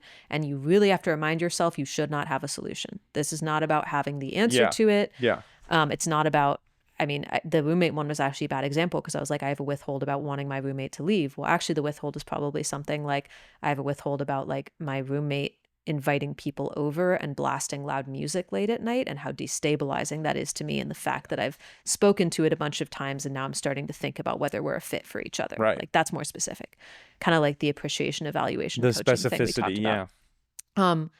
If you have those, learning to actually speak up about them and practice that muscle is probably the most important authentic relating skill you can do on a regular basis. And you can do it in a couple ways. Yeah. One is you can set a specific time where you do it. So with a housemate, I used to have every week, we get together, we have dinner, we do appreciations and withholds. Start with appreciations. So you like, kind of feel like It's you're the more hamburger. open. It's Right. And then the end with one too. connect before you influence. Yeah, exactly. Yeah. Let's get Um, the good feelings, and then you got the crunchy peanut yeah, butter. be more open. Today I was presenting a plan to a couple collaborators, and before I did it, I asked, would you lead with appreciations and curiosity after I present this before you give me feedback? Feedback. It's Yeah. really helpful. If you're in a work context, you can build it into your one-on-ones, you can build it into your group meetings. Yeah. Like at the end of it, you can be like, hey, do you have anything for me that would help our working relationship? Or if you want to use that languaging, you could say, do you have any withholds for me? In one company I worked with, they used to call this go direct. So do you have any go directs for me? Yeah. So don't wait for performance reviews, because if you find out about it then, it's like not, what are you going to do about it at that point? It's too broad. Well, you're inviting intimacy. You're inviting intimacy, yeah. People don't realize that. They think it, well, I don't always realize that. Mm-hmm. That saying those withholds are invitations into your Connection. experience and connection, and they can be difficult. It's then Yeah. like what happens next is kind of Right. really important. So, couple skill points in this. One, always ask for consent. Yeah. Ask, Hey, is I this, gotta share something that's a little might be a little bit spicy. difficult. Is this a good Is this a good time? time? So, not just, are you open to it? Did you have a flat tire this morning and you're feeling sick? And it's Some like, people need more preparation time than others. yeah. Some people want to hear it in the moment. Do you Some want to people hear it want, in writing first and then let's talk about it? exactly. Which My I've, husband hates having things sprung on him. He wants to, like, I'm like, cool, would you have time to sit down tonight? I think it's going to take about like 20 minutes. yeah. Give him a time frame. Actually get consent. Just don't get like kind of passing yes, no consent. Yes. That is shitty consent Yeah. to me. Give options. So that's one thing. Another thing is, ideally share what happened, share the impact on you, and then let the other person respond. Like before you give a here's what I'd like, ideally be like, hey, when you slammed the door the other day and gave me a dirty look, what I presumed was a dirty look, like I felt really uncomfortable. And I'm curious, like, are you mad at me for something? Yeah. For instance, I'm following up with a question. I'm curious how that moment felt to you. What's your experience of this? So, Yeah. like, get shared reality on reality first. And then you can brainstorm with the other person. You could be like, okay, like, how do we navigate this in future? What's an experiment we could try? So instead of saying, how do we solve this? Be like, what's something we can try? Like, what's something we can fail at Yeah. and see how it works ongoingly. So that is just amazing. It's so transformative to relationships. It's Yeah. like we have a glass between us and it just gets smudged and smeared over time. And this is like Windex for your relationships. Yeah, that's a perfect one. That's a really good one. All three of them are really good. And I remembered 1 and 3, so I'm going to invite you to remind me of the second one. The first one you shared was check in with somebody. And the check-in can be preferably every day, and have maybe a couple people that you do this with regularly. And that can be like, what's up with you emotionally? What's something you're excited about? What I noticed through a lot of these was affirmations, gratitude practices. Yeah. We have a negativity bias. When I say we, the human experience is negativity bias is there. So we really don't need to talk about the worst things that happen to us, but balancing that out with gratitude and appreciation, I think, is really important. And I've Yeah. noticed that throughout It can be like, Um, what are you struggling with? And also what's something you're what's going well? appreciating. Yeah. Yeah. So having a check in and having some fun and playfulness to it, that whole secret purpose thing. Mm-hmm. Um, and then the third one was withholds, and the second one was We kind of got into the idea of like reframing your thought about other people and yes, like having that's a right. different story, which Everybody's a friend. yeah, I wouldn't even have named, but it actually is something I've found super, super valuable. Yeah, it's reframing people Mm-hmm. as friends. Yeah. Like this being aware of your orientation to strangers, your orientation to people in your life, or you automatically endowing them with they're on your team. I can Yeah. even think like, man, they've got a Phil Phails t-shirt. I can just walk up and see, oh man, they've got my t-shirt on. Like Yeah. we're on the same team. My husband, because I am prone to like getting angry quite quickly and getting quite defensive. You So are? he and I, oh God, yes. If I'm triggered, like I go straight to defensiveness and judgment. Oh And wow. it's something that I've really struggled with. Yeah. And my husband, when he notices it, has started just saying, same team, Ness. Yeah. And it relaxes something in me because it makes me aware that in that moment I've been thinking we're on different teams. Yep. I say that to my kiddos. We're on the same team. I'm on Yeah. your team. Yeah. Yeah. I think that's important. A question that I had, and we're gonna scoot to the middle thing. So Okay. this is just one. Oh, should I ask this? Yeah, whatever. How do you see like so authentic relating and circling? What's their relationship? Did they come? They kind of came up around the same time, and even I don't even know now. Jordan's calling it relatefulness. So How it's much of a like, history lesson do you want oh here? my Do you god. want the 2-minute version or the 10-minute version? Well, I mean, how much time are 5-minute you? Do you version. have a hard stop? Uh, I will need to check my phone to find out, but I don't think so. I actually Okay. tried to move my next thing a little bit. So I don't mind a 10-minute response, but I definitely want to learn your life story and kind of your childhood. You've already kind Okay. of teased it a little bit, so I'm excited to get that. And I think that's a big part of this Mm-hmm. expression is hearing people's childhood and all that stuff. Well, I'll So I try to be wouldn't want short to. about that part. And this is fun because just like a lot of people wonder about it. Yeah. So like, let's see. I want to say that this is like gonna be as accurate as I can make it, but it's still gonna be according to me. Okay. So like, Circling and authentic relating according to Sara according to Sara Ness. Ness. Okay. So cast your mind back to the world of, I think it was the late 90s. There is this guy named Guy Sangstock. That's right. He He was at Burning Man. was at Burning Man. The whole story is that he took 10 hits of acid and he started seeing what had to be true for people to be the way they are.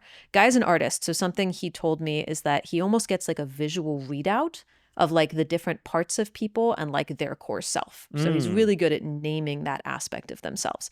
Guy is also a little bit of a savant. Like he's brilliant at this and he also can be like kind of whiffy about everything else, but he's like it like literally is his zone of genius. Yeah. So he was part of a community in San Francisco that I think was just called The Community. And he started leading these workshops in this thing that got known as circling. There's actually kind of a funny story of like he was putting on a breathwork workshop and they got to the breathwork workshop and they were like, what are we going to teach? We don't have anything prepared. And then someone was like, why don't you do that thing you did at Burning Man? And he's like, okay, let's try that. Oh my god. Back then, circling was really different. Like they would circle someone for 8 hours until they cracked. Like they were almost more like encounter groups. Oh my god. Yeah. So almost everyone in his community went through this experience, which I think they called either Alethea or Arate at the time. Might have been Arate. And then somewhere along that line, this guy named Decker, Kunov came onto the scene. Yeah. And Decker had been leading this community called Soul to Soul, also in San Francisco, which was just a community of people that were relating in this deep way. Like they would go to parties and people would be like, what are you guys on? And they were like, this is just the way we're relating with each other. Also kind of a natural expression of how Decker does, how he is in the world. And he was, no, I think that's a little bit later. So he attended one of Guy's events and pretty soon ended up being like a course leader and a coordinator for it. Then there's a point where Guy is going downhill.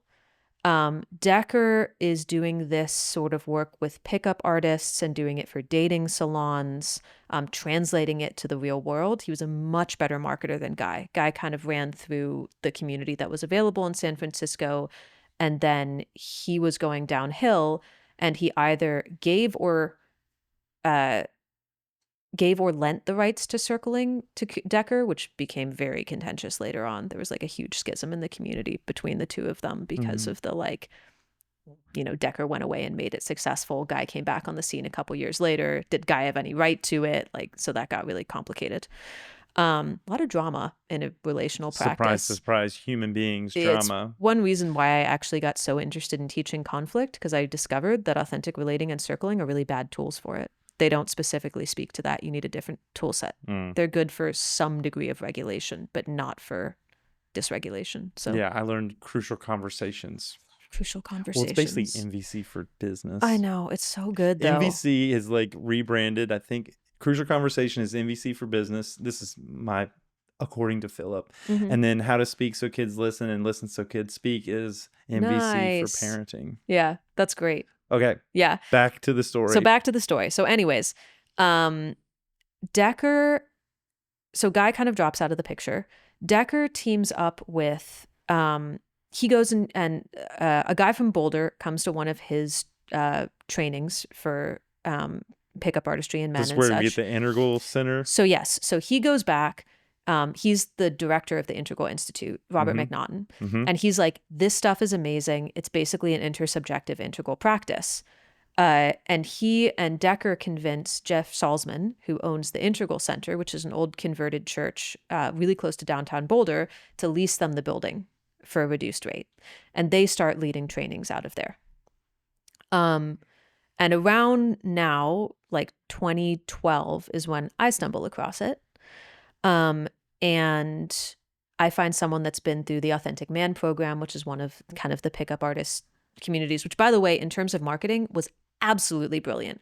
They marketed to pickup artists by teaching them inner game instead of outer game. So basically how to get women through presence and integrity and Being a curiosity and better all of man. this. I found a lot of the pickup stuff, which is really, is just be a better human being. And Yeah. then people are going to like better human beings. Which it wasn't back then. Back then it was very technique focused and Oh, it negging was? and how, oh yeah, this was the early days of Where they were pickup. using like MVC, like the hypno, Yeah. Like the manipulation kind of stuff. hypnotizing people, negging Yeah. people. Yeah, Yeah. different techniques that you'd use to get women into bed. But at some point, men were like, wow, this is unfulfilling. Like, I can get somebody to sleep with, but I can't find a girlfriend. Right. So they would go to like Decker's programs and such, and he would kind of transform the brilliant programs. Like Really? one of the exercises they did, I eventually ended up being on the women's teams. They'd like Oh. work these guys for the first 2 days. On the third day, they'd bring in women like dressed to the nine. It's like we were going on a first date. Absolutely gorgeous. We had like a guy that was kind of coordinating us, who was literally just there to appreciate us and like make us feel like goddesses. And like we would come in and we would just give these men reflections on their way of being. There was this one exercise called the approach. All it was is a man would walk up to 2 women sitting on a couch, stop, not say anything, and we would just give felt sense reflections on how we felt in his presence. What's his vibe like? Yeah, like, and sometimes we'd be like, I feel repulsed, I feel drawn in, I feel whatever it is. And then he'd go back, he'd get coached by the men, he'd approach again. So like really kind of very actually like authentic relating-ish, like core of how do we feel around each other? What Dial is in your vibe, curiosity? yeah. Yeah. So I met these guys that had been through that program. They had gotten this little manual of authentic relating games that Decker and Co. had produced from some of the work they were doing with dating salons. I started leading those games. This kind of does go into my personal story. I started leading those games with these guys, John and Brian, in Houston, and then I brought them back to Austin. At that time, there were like three to four authentic relating communities in the world. There was mine and Houston's, I guess. So I was helping lead both. There was New York and there was Toronto. And then to some extent there was Boulder. Boulder occasionally led games back then. So I started since there were so few games in Austin, we were inventing new ones all the time. And I knew some of the other leaders were inventing as well. So I started collecting a more extensive games manual, which now is more than 250 games and variations from like, I think over 100 people all over the world. So that's kind of how I made my name, was like, I created resources for this whole like burgeoning set of communities. And like, you could say really kind of catalyzed that movement of authentic relating as well as circling. Authentic relating, some people would call it like micro versions of circle. Some people would call circling an authentic relating game, and some people would call authentic relating a form of circling. Back then, they were like kind of sister practices. And oftentimes when you did circling, you would start by doing some authentic relating games to train. But you could also lead authentic relating games nights on their own. But both of them were kind of meeting at the Integral Center. That's where all of the leaders were coming from. So back then, we honestly didn't make a lot of distinction. Like, it just didn't matter as much. I liked authentic relating games because they're more modular and you can be a lot more like creative with them. Circling is a specific practice. It's super deep. Oftentimes people would go from authentic relating to like, we want to take the reins off, we're going to do circling.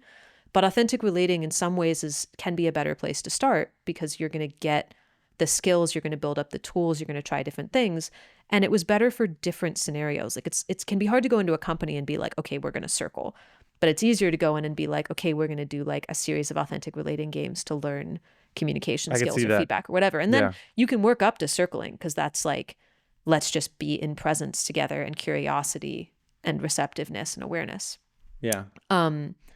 So now it's a couple years in that I've been connecting with the Integral Center, and these guys, John and Sean, who are in Europe, Circling Europe. Yeah. are starting to do something that kind of feels similar. I went into them at the Integral Center. Did they meet anybody? Oh, were they here in America? Or They did were- they start it on their own They in were Europe? in Europe. They Okay. started on their own. They were teaching tennis. Did they have any exposure to what was going on in America? No, I think they were into integral theory. They were teaching tennis, and the way they were coaching their students was similar to what circling was in some ways. So they somehow find out about the Integral Center. They end up there. I meet them there. They contact me a month or two later. They're like, we want to do a tour in Austin doing whatever our form of circling is. Yeah. I'm like, cool. I'll organize something for you as like the first place you're going. Was Jordan involved at this point? So here's what happens, and this is funny. Jordan, he and I were circling together in Austin. He ran an integral group, which is how I'd met him at the time. Huge Ken Wilber fan. Yeah. Yeah. He wrote the book, like that book. Yeah, exactly. So like I start going to his integral meetups because someone in Boulder tells me about him. He starts going to authentic relating games. Okay. Just phenomenal human being. Like Oh, we love kind of Jordan. fell in friend love instantly. Yeah, We yeah. lived together for a while. We led together a lot. So there's this immersion coming up and I'm like, Jordan, I think you should be there. And he's like, I'm not paying $350 to be at an immersion. I already like do a bunch of this stuff. I was like, Jordan, build the website for it and I will give you a free ticket. I think you need to be here. He goes, he meets John and Sean. They instantly connect. It's great. 2 weeks later, they message us and they're like, hey, we're overbooked in Toronto. Will you guys fly down and help with it?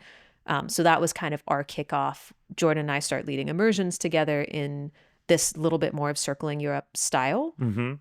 We do a training in Austin. He ends up being very in bed with them. I end up being like, I like bringing a lot of different things together. And back then circling Europe was very much like you either do it this way or you don't do it. And I was like, I want to combine. Was this a bunch before of the styles. circling studio in Austin? Way before the circling studio. This is So like, he was working with John and Sean before that even started? oh yeah, well before. Was this when y'all were doing it This at was Casa like- de Luz? This was like maybe 2016, 2017 or something. This is Okay. like early on. Okay. He was working with John and Sean for several years. Circling Studio is only maybe 2 years old. Okay. He was doing regular circling before then at Casa de Luz, and then I think at his At house. his house, yeah. But yeah, this is before Relatefulness, everything like that. So lots of other stuff happens, but that's kind of where the different branches happen. Guy comes back on the scene. That causes a schism with Decker. That gets really dramatic, whatever.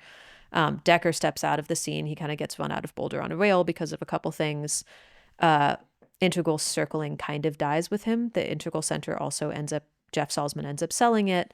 So that practice isn't around as much anymore.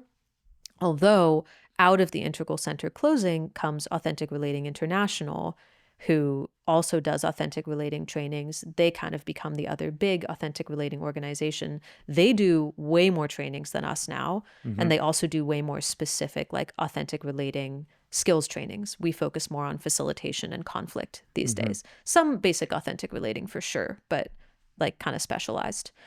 And so they've been going a couple years, doing a fantastic job. And now you've got like these two main circling branches, Guy out of San Francisco doing Circling Institute, and John and Sean out of Europe, and Jordan doing Relatefulness out of Austin, which comes about because there's a point where all of a sudden we find out that Circling Institute is trying to trademark the word circling. Yeah, I heard that. Yeah. And then Jordan said for a long time they would be grandfathered in. It got extremely contentious. It honestly, Circling Institute, I have feelings about the way they dealt with it. One in San Francisco? Yeah, Right. basically they stopped. We, like 5 of us, filed trademark injunctions on the same day because we only found out about it a couple days before it was supposed to go through. They'd done it on the down low. Somebody leaked it. They said, okay, we're going to have a big meeting of everyone doing circling. So there's like 30 of us on the call. I'm running a circling platform at the time, even though I'm not actively teaching Authentic Revolution is doing circling?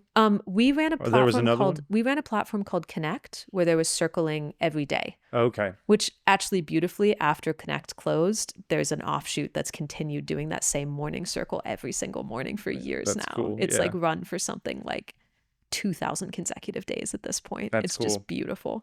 So you're on the call because you've got something branded as circling. I've got an organization, yeah. And up until this point, it hasn't been branded. No. It's just circling is something anybody can say they do. And authentic relating still is. Now, admittedly, there were a lot of people doing something they called circling that was very, very different. And something that people like kind of were talking about, but like didn't really talk about officially, is that Circling Europe style circling and relatefulness is very different so from Jordan's. Different. Yeah. No, Circling Europe and relatefulness, I don't know how they are these days, but they're much more similar to each other than they are to integral style or Guy Sangstock circling, which is much more structured and therapeutic, usually focused on an individual and their experience, much more guided by the facilitator. The facilitator is almost like a therapist. They're very hands-on. That's where you get surrendered leadership versus, I guess, in the Guy Sangstock, it's not as surrendered leadership. It's no. Surrendered, very facilitated. They're incredibly different practices. They should be called a different thing. Really? Yes, to me, at least. But then the Europe branch continues being circling.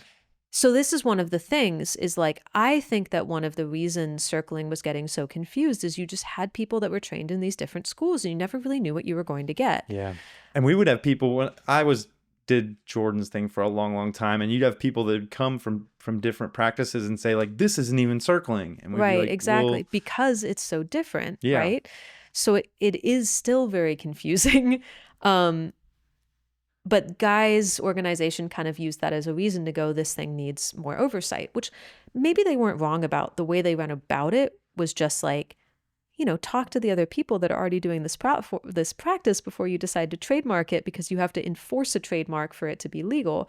Anyways, they formed this thing that they called the Circling Federation that was supposed to administer the trademark. They were supposed to hand over the trademark. When they got it to the Circling Federation, they got the trademark. They said, our lawyers told us not to hand it over. So anyways, from that though, because there was a lot of uncertainty about what's going to happen with circling, is it going to be regulated? Are we going to start getting letters that we have to cease and desist? Because of all that, a lot of the circling got renamed or became different. So Jordan renamed the Austin kind Relatefulness, which I think was actually a good move. It was like, okay, I'm not even going to be involved in all this. Well, you lose so much market presence, and like when you have a name that has that kind of lineage, and you're like, okay, now I'm Relatefulness. Sure, Jordan has a name. Yeah. But you can't say circling and have it kind of means something. Now you have relatefulness and then authentic relating, and you have, it's rough. I don't know. Yeah. So it's become lots of different things. But again, I think it was already so confused. It was almost like it couldn't get worse. What's amazing about it is that the practice has been powerful enough to continue despite all of those things. And authentic relating, even like what we call authentic relating, is like a ton of different games and practices. Some are taken from Improv, some are from like IFS or NVC, some are like specific skill training for different communication skills. Some are just like, this sounds fun, let's put it in the book. Like, both of the practices are like, we're essentially like sitting in presence and practicing communication with each other and being with what's true and real, just like practices all over the world do. Yeah. So that's kind of the story of it. At some point, Jordan, a couple years ago, split from John and Sean. Yeah. Circle Anywhere. Circle Anywhere. Circle he made Anywhere, that. and then Circle Europe. Yeah. And we went through at Authentic Revolution, went through a whole bunch of changes to tried to start a new branch for a while of relating languages that we thought could be a good bridge to mainstream culture. Didn't really work. Then started doing more with like conflict work, went back to the facilitation work we're doing, and have in some ways been really trying to find like what direction we go for a couple years of like just asking the question, like, where are these skills most needed in the world? And that's been a big Where are these skills process. needed in the world? That's the question you're putting out there. Yeah. Where I can imagine it's where are they not needed? It seems like conflict skills, Mm-hmm. um, facilitation skills, Yeah. probably needed everywhere.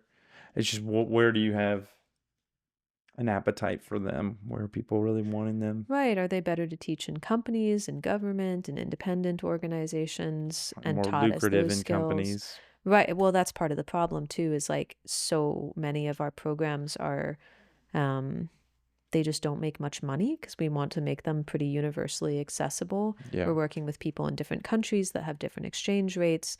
The standard cost of living has risen and people's income has largely dropped. So there's not as much like Yeah. we're surviving on angel investing Yeah. right now. And that is a big question of like, how long can we do that? What do we focus on? Do we focus on making money, or do we focus on the things that seem most impactful to our students?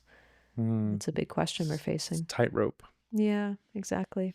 Well, in transition, thank you for sharing that.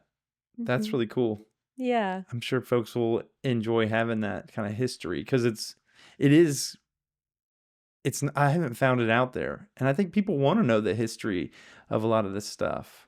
Yeah. You look up when you hear these names, at least when I heard these names, I would go research them and I'd see Decker Kunov as like, maybe doing business consulting or something. Like you don't see him. Yeah. He's not really part of it anymore. There's not that branding of like, this is where I was and this is that I'm a part of it. You see Guy Sandstock's website and it's, he's got his whole circling, thing that he's presenting, and you see the Europe guys, but you don't see some fabric that weaves everything together. There's not the Yeah. integral centers, you don't see that history. Yeah. Well, I didn't. It's gone through a lot of iterations. It's not like it's never really been like neatly packaged, which in a way has allowed it to expand a lot more. I think there's something to be said for a bit of chaos and open sourcing, which is one reason I've Yeah, never wanted to trademark authentic relating. I'm like, I would rather have some chaos over putting any like bumpers on this thing. right. Like I consider our job at Authentic Revolution to be giving the best resources to help this movement Yeah. grow, giving the best facilitation training, putting out, last a couple of months ago, I did this big project with a leader in Dallas and a leader in Australia, just all pro bono to like redo the whole authentic relating and circling communities map. So now there's a map you can go to and find communities when you travel. And that was like a huge research project. And so is the games manual, but I'm like, that's what we do. We don't try to control it in any way. We're just going to help you find it Yeah. and spread it. And That's that's been cool. really fun. Well, in transition, when I went to email you, Mm-hmm. I found that we had emailed before because when I put in your email, there was an email where I had reached out to you to do the authentic relating leadership Fun. Yeah. program that y'all did here. This was like years and years ago. I was working at Uh-huh. Macmillan and they wouldn't pay for it. I wanted them to pay for it, but they wouldn't or whatever. So I didn't go because it was, a couple $100. Mm-hmm. And I've always kicked myself because it seemed like so much fun. And I know so many people that have done it, but you had reached out and said like, hey, I noticed that you'd kind of put in a questionnaire or something. I Uh-huh. don't remember what I did, but are you still going to come? How are you feeling? And I don't know. I just felt kind of like, oh, I'm tied into this in some way. I've been interested in Yeah. this for a long time. And so I felt really happy to, now have this conversation It and came back around. Yeah. the conversation continues in another way. It's sweet timing too, because like I haven't run that training in a while, in part because we've been in this question of like, how do we make money in that training? Like, is so much work for absolutely nothing. Yeah, But there was it's like sleep in, like you would sleep all oh together yeah, in a it's place for housing, like a it's week. food, it's a Right. 1-to-1 staff to participant Yeah, ratio. So we have dude. like 20 staff, 20 participants. All the people that have taken it before have a chance to come back as Yeah. staff. It's beautiful. You're like immersed in It seems community. awesome. And I just booked, I was like, I can't not do this. I missed this training so much. So I actually just booked a venue for December 13th to 15th, and we're going to do one for the first time this year. Let's talk offline about if you wanted like someone to record stuff and video stuff. That could That's be probably fun. And I don't know. I would love to be a part of it or participate. Let's talk about it. That'd be really It would cool. be so fun to have a videographer. If there's a good way to capture it. Yeah, Are you we going to can do it talk here in about Austin? It's going to be at Bastrop State Park. Well, that's fine. That's close enough. Exactly. We can use all this equipment, I think. They have housing for like 50 people. They're amazing. Those camps. Those are the cabins, I mean. Yeah. Are you talking about the cabins? Yeah. So we'll have like a rate for a private room, a rate for a barracks. It's like, I have like ideas on how to make the main room really beautiful and decorated. And it's I'm in definitely a park. going to circle back around. I'd love to be a part of that and capture it and, get to participate in some way, even if just an eye. Yeah. That'd be that so would be really cool. fun. All right. We're going to play an improv game and we're going to play an authentic relating game. Sounds good. You're about to say something? We're good on cameras and everything. Yeah, cameras are all good. They're all on. Everything's working. You have good batteries. They're plugged into the wall. Brilliant. We do a lot of filming for our trainings, and I'm so used to like batteries running out and needing to check things and like you have to plug them into the wall. Yeah. Yeah, I've found that. Mm-hmm. I don't mess around anymore. We'll film like something, and then Joff will go like, "Oh shit, my memory card filled up like 10 minutes ago." I'll be like, "Oh no." Yeah, I've got these memory cards are good. I got SSD cards on here that are 1 terabyte. Brilliant. This will probably be 200 gigs each camera. You're on top of it. Which is fine. Amazing. Production. I've failed before now. That got me to that. Now, please, y'all, hold on. Don't break on me cameras and make me look bad. But I've done some due diligence. I can give you 3 games and you can pick one. Cool. Or I can just be like, "This is the game we're playing." Which one do you want? What would be more fun for you? I want to give you 3. Great. Yeah. Soundball. I played Soundball earlier today. I love Soundball. It's a fun game. Okay. It brings the lulls. Brings those lulls. How does it work? Soundball. You pass a sound and a gesture back and forth. Okay. Then Mirror Cat, which is you mirror each other, and at some point the other person takes the reins. Like you pass the reins of control back and forth. Okay. And one person's either the mirror or the person standing in the mirror, and it kind of flows back and forth. Love that. That's fun. And the third one is 1, 2, 3, which is kind of a memory game, which I probably need to play it because working memory is not the strong suit of us ADHD folks. But it's one of the games I have on the list. You sound so excited about that one. The memory game. Can I add one more that I find fun as like kind of improv game? Yes, of course. Just as like a cool improv game, there's a game called Color Echo where the goal is you have to say the same color at the same time. Ooh. Yes. Okay. I'm about that. That's one of my favorite improv-ish games. Let's play it. Okay. You have to say the same color at the same time? Yeah. So how are we going to do that? One person is going to start by leading, and the other person is you're just going to kind of tune in. Okay. And because like we sometimes notice really subtle signals. Dude, this reminds me of a game called we've got a mind meld. Okay. Mind meld. Anyway, go ahead. Let's go. Okay. Do you want to lead or follow first? I'll follow. Okay. So I'm going to say colors and you try to say the same one at the same time. Purple. Orange. Yellow. Blue. Green. Orange. Fuchsia. I'm running out of colors. There's also another improv game where 2 people stand together and they say the lines. They say the lines together at the same time. Yeah. Oh, we can do another one. Let's finish this. Okay, we'll finish this one, and then you could lead that one. Okay. Pink. Vermilion. What? It's one. Get rid of the buzz with that one. Vermilion. I don't think I ever said that. If you like said say vermilion, I would be like, I was running out of normal colors. Okay. Okay. Black. White. Yellow. You're really good at this. Okay, Yeah. I think I'm out of colors. Okay. See, Okay. it's strange. You It's can really good. like, I I was like even it. trying to say some of those faster after a while and you were totally on with me. Let's kick that up a notch. Okay. We're gonna kick that up a notch and then a notch above that notch Okay. with some musical improv. Okay. Okay? Mm-hmm. We're gonna sing a song together at the same time. Okay. But it's a song that we're gonna make up right now. Okay. Yeah. Does it have a theme? It does now. Okay. And that theme is Beingness. beingness. I'm gonna start start singing a singing. I song about am being. We are here together. Songs are cool. Be here now.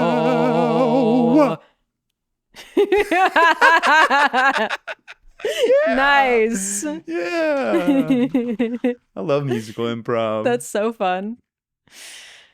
All right. Whew, that Cool. feels good. Mm-hmm. I love playing Me too. games. Makes everything more fun. Mm-hmm. I was talking to when the Buddhist was here earlier. The Dharma teacher. I call her Buddhist. She's cool. Mm-hmm. She's Terry. We played games, and she was like, you don't have to be serious. You don't have to be serious. Someone went up to Thich Nhat Hanh, which is her kind of leader, and said, I need to be more serious about my Buddhism. And I think Thich Nhat Hanh was like, I don't think he didn't say that, but the paraphrasing is like, I don't really think you do. I don't know if that's going to make it better. Yeah. There's something about lightheartedness and fun and play that I think helps teaching and learning and definitely connecting. Something about games. Something about getting people into their bodies and moving and silly. And yeah, it can be healing too. The mindfulness meditation teacher, we played games and he started feeling overwhelmed because yeah, exactly. And I was like, okay, let's talk about it. Let's just stop and talk about what's coming up for you. And it was around being seen in the camera publicly as playing games and having fun for him had some shame to it. And that hit me hard. Yeah. So I was like, can we play more games? I love that. And he was down with it. I can get very serious and goal focused. Mm-hmm. And I've had a couple co-facilitators recently in trainings that like just did amazing movement and play and had some like improv folks to the point where I'm like, I need to bring in a co-facilitator at any event I do whose specific role is to look for when people are needing some fun and movement and have an override button for me to bring it in. Let's move it, because shaking it up, that can like reinvigorate participation, attentiveness, and I don't know, it's just a wonderful sorbet to sometimes bunch of information or difficult stuff. Yeah, you got to get people moving and shaking to open their minds. Okay, would you lead us in an AR game? Okay, on a level from like fun to transformative, where do you want to go? Oh my God. You're giving me the eyebrows that say transformative. No, these are the like, where do you want to go eyebrows? Oh, okay. Maybe they're the transformative eyebrows. I don't know. That's just what I wanted. Maybe I'll see whatever. What are my transformation eyebrows? Right now they're like It's my guru eyebrows. They're kind of aristocratic. Transformation. Transform. Yes. We will transform. Poof, we're both like geckos. You've already got the beard for it though, so. For transformation? It's a transformation beard if I have ever a saw it. transformational beard. It's like a wizard beard. Oh my God. What do you think? What games come to mind? For transformation, there's one that I really enjoy, which I thought could be fun given what we were talking about like purpose and different aspects of self. So it's a game invented by a community leader in LA named Patrick Wolf. I always like giving attribution when I'm doing games. Thanks, Patrick Wolf. Thanks, Patrick. appreciate you. I hope he watches this. I'll send it to him. And it's a game called Who Are You? Mm-hmm. So the way it's going to work is I'm going to ask you a couple of questions and you're going to answer them. And for each of them, you're going to answer them for 2 minutes. So I can get my phone to time or you can time on your phone. Yeah, we got this phone. Okay. So do you want to set a timer or you want me to? I can hold the time if you open it up for me. Oh, you already have it. This I'm is running the time so I so know how long this. impressive. If you could not reset it though and just use. Let me just go to the timer. Yeah. Okay. Okay. So, first question, and you can answer this once or you can answer it several times and just go stream of consciousness. Okay. It's up to you. Who are you? Who am I? I'm Philip Jones. I'm a dad. I'm a seeker. I am who am I?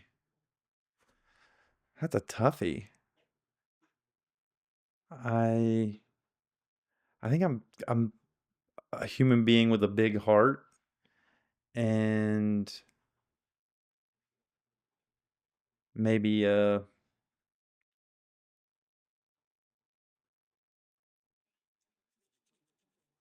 I'm athletic. All these things are like what I do. But who am I? I think I think a lot of my identity is wrapped up in being a parent. And it has been for a long time. And also someone seeking a companion and doing that kind of in a real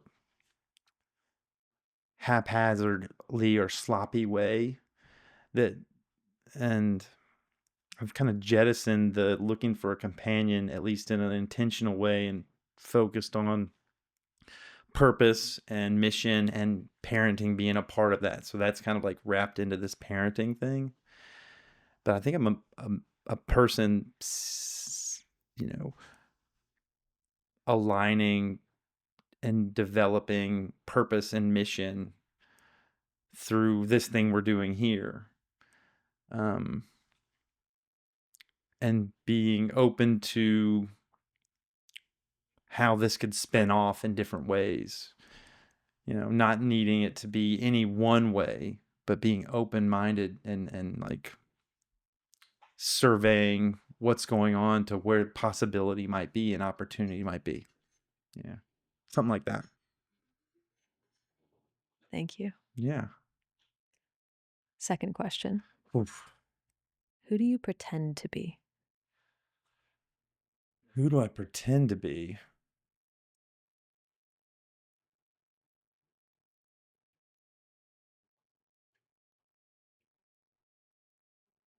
I don't know that I'm good at pretending. The masks we wear. Let's see, the mask I wear.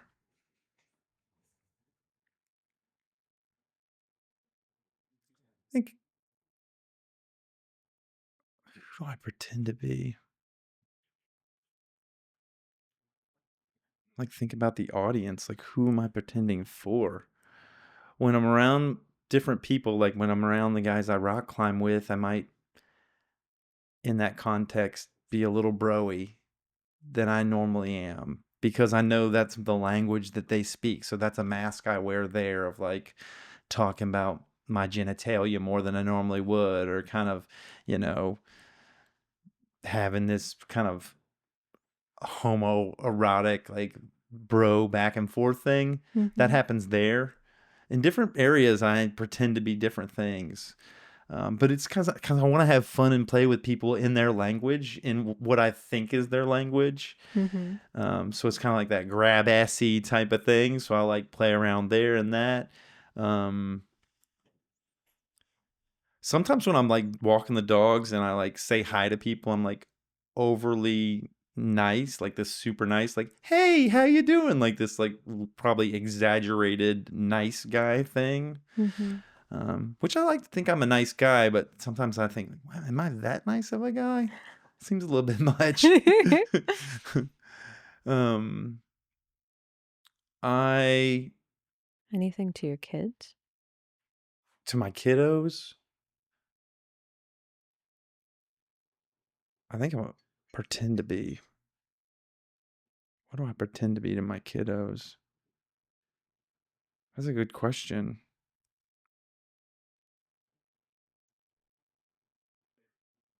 Do I pretend to be anything with my kids? I'm pretty open with them. I'm sure I do.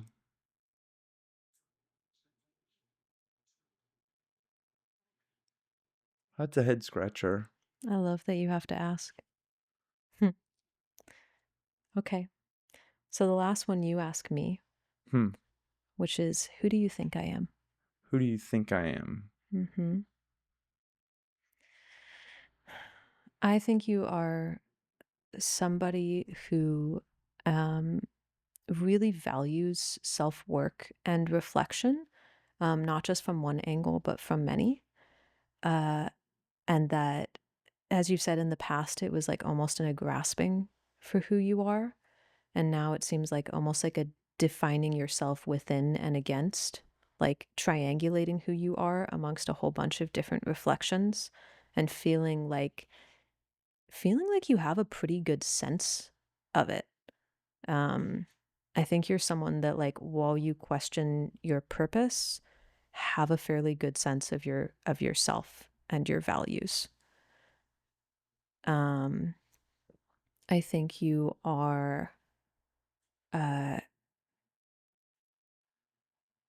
I think you're someone who like is intentional but also kind of enjoys going with the flow of life, finding and trying different things based on what you feel called to, and also like trying to be consistent in being a father and being someone that's like driven to a certain goal.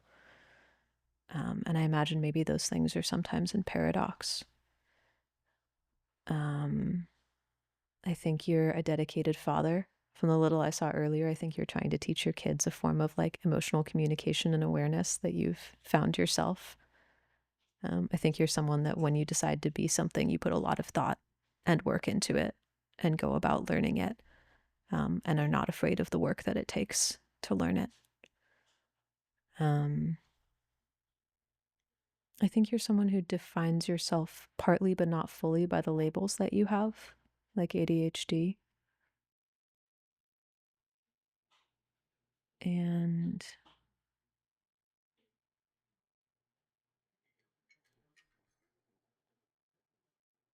I think you're someone who very much strives for authenticity and to be honest and in the moment, and maybe feels like shame when you don't hit it fully. Hmm.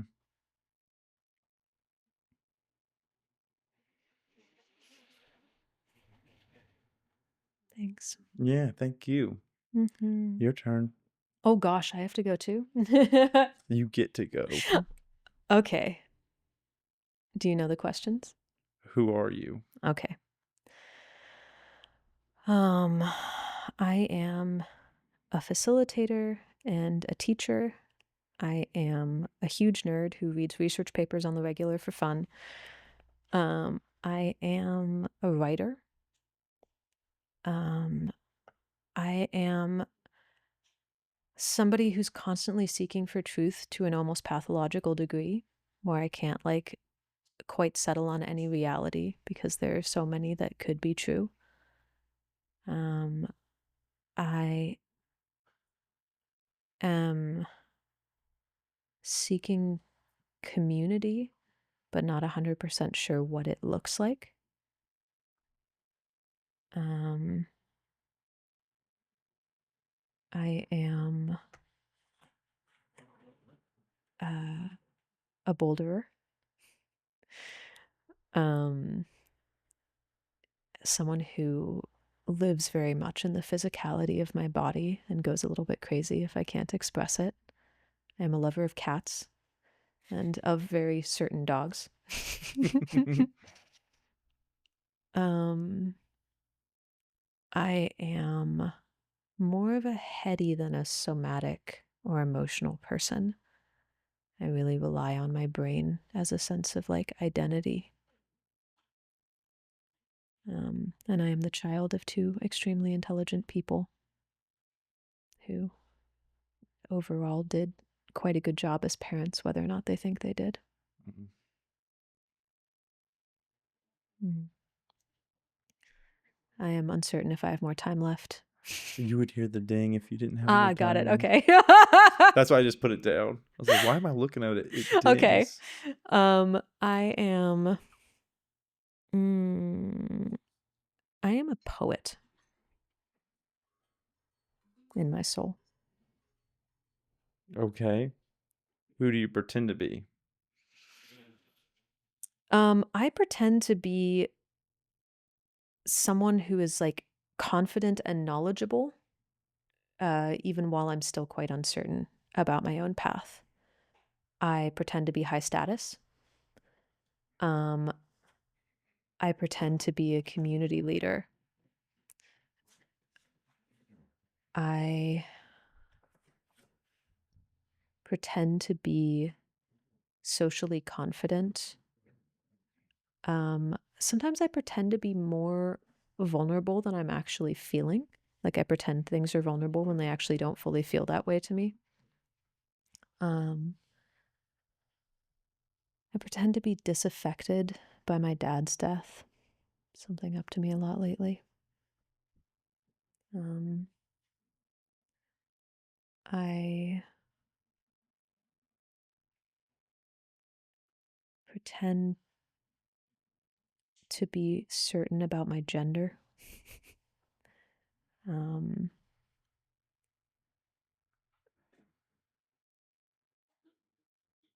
I pretend to be kind when I can often be judgmental.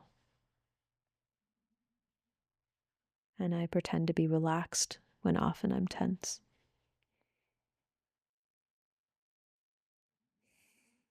I pretend to be a good wife, even when I fall short. Mm. I pretend to be someone very physical, even when I spend most of my day at my computer. Mm.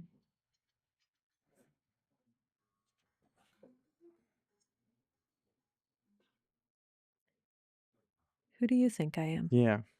I think I think you're thoughtful and intentional about the words that you say. Mm. There's like a clarity when you speak that it's understanding comes easily when you speak that way. There's like a real sharpness to it. Um, I think you're dedicated to connection and to helping people here in the organizations that you participate in. It's like there's this directionality to your efforts in the world that seem that seem to be a product of that clarity in language here, of clarity of purpose or mission or how you want to show up in the world, from in one-on-one to groups to then people that participate in groups, helping people that help people. Um, you you have a lot of awareness of what's going on for you, and effortless in sharing it. Like Mm. it's just even in this game, it's like, okay, there's a lot of stuff that you modeled for me in how to play the game through your response. I realized quickly that I should have let you go first. um, because the way that you shared who you were and the masks, it presents a model for Mm. you, a really clear model for both, you know, who you think you are, and then this place where you think there's mask or who you pretend to be. Um, you, yeah, I looked down. I was grateful that it was only 3 seconds, but that's more about me than you. You got to do one more now. Oh damn! You you may or may not like the dog that I own, Ooh, but you're probably disappointed that I don't own any cats. I'll forgive it. I copped out on that last one. No, it's It fine. is what it is. All right. Dang. How was that game for you? That was fun. It was challenging to think about the masks that we wear, how we pretend in the world, to think about who we are, and then to have someone reflect back their view of you. Is all of those are provocative. Mhm. I think of that game in the way almost as like the core of authentic relating. Like, how do we interpret ourselves? How do we move around the world? And how do other people perceive us? Yeah. Move around the world as how do we shape ourselves in order to be like to flow around the world? What are the masks we wear in order to like move in and out with Right. like some kind of lubricant, social lubricant or something? What is the social self? And the who are you is oftentimes the hardest because, like, who do we define ourselves at Yeah. as outside of our roles? Like we were talking about earlier, our roles often are who we are. So if we try to look past that, it can be really fascinating to be like, okay, like, what do I find, if anything? And then what do I present to the world to kind of pretend to be something or to be different parts of myself? Because Yeah. it's funny. It's like the roles are just as much, the roles could go in either part, right? They could either be what you pretend to be or who you are. They Mm-hmm. fit both categories. Yeah. That's a good game. And also an engaging and like a challenging game in some ways. Mm-hmm. I'm glad we played it. Thank you. Me too. Thanks for playing it with me. Yeah. Now we take a couple deep breaths and then talk about your life story. Where were you born? I was born in Pittsburgh, Pennsylvania. Pittsburgh, Pennsylvania, in the city. Mm, yeah. Well, I was actually born in Philadelphia, but I grew up in Pittsburgh. You were born in, what had you in Philadelphia? My parents had jobs. Well, no. Yeah, my parents had jobs in Philadelphia and then they moved to Pittsburgh. Okay. Mm-hmm. And so you don't have any memories from the place where you were born? All your Not memories really came from, Philadelphia. I think we were maybe like, I was like maybe 2 or 3 when we moved at oldest. what was the family dynamic like? I have a brother, um, and then my parents didn't get along very much, and me and my brother didn't get along very much. So it was kind of a contentious household. Your brother was older or younger? Is older. He's a year and a half older. Didn't get along very much. What's that? No. He teased me pretty ruthlessly, and um I think I kind of provoked him, says my mom at least. I don't like remember super well of that time. He started going to boarding school when I entered middle school, in part because we had so much friction that my parents were worried about it. Mm-hmm. And in part just because he was not doing well at home. He took my parents fighting a lot worse than I did because I just had fantasy books I like didn't even notice. I was like the chronic mediator too. I was always trying to conciliate between my parents, going Mm. from one to the other, shuttling messages, trying to calm them down. Really, from a young age? Yeah. What was parental fighting like? Um, Gosh. They would have something that set them off. They would argue with each other. And then my dad would like kind of give my mom the silent treatment for like days at a time. Stonewalling. Stonewalling, yeah, absolutely. There was a very kind of complicated status dynamic. There was a bunch of things that paid into it. And my mom and I have like a really close relationship now, can talk about just about anything, including stuff that parents and kids usually don't. My dad passed away about 9 months ago. Um, my dad was autistic and was quite overwhelmed, I think, by having kids in the house. It's like a lot of sound and stimulation. So I think he was just like constantly triggered, which I have a lot of compassion for now. Um, and he also had a kind of brittle ego. Like he couldn't really stand feedback. He would get angry really easily. Um, and I think he felt kind of constantly shown up because in a lot of ways my mom was more successful than him. My Mm. mom is a superstar in her career. Like she's won the lifetime award for epidemiology from a couple different institutes. She was on like um, the board, I think, of, or at least has done consulting for the National Institutes of Health. She's like was the dean of the School of Public Health at UT in Houston. Now she's an expert witness for the Johnson & Johnson cases against talc and baby powder and Tylenol leading to autism and stuff She like was a that. rock star She's an in the medical community. absolute rock star. And your dad's in that same field? My dad is a psychiatrist, or was a psychiatrist, and kind of went from job to job. Like, wasn't unsuccessful specifically, especially later in life. I think he like really was quite good at what he did, but definitely was not as successful as my mom. Yeah. But my mom tried to be like a super, super good mom and take care of everything in the household and us, and also lead this career. My dad kind of didn't help a lot. It was a pretty traditional relationship. So I think it was just like there was a lot of like status confusion. There was a lot of resentment. And it just felt like generally an unhealthy environment, and it couldn't really be talked about. There was no like, hey, let's sit down and discuss that these are patterns that are happening. So it would manifest in these fights. Yeah.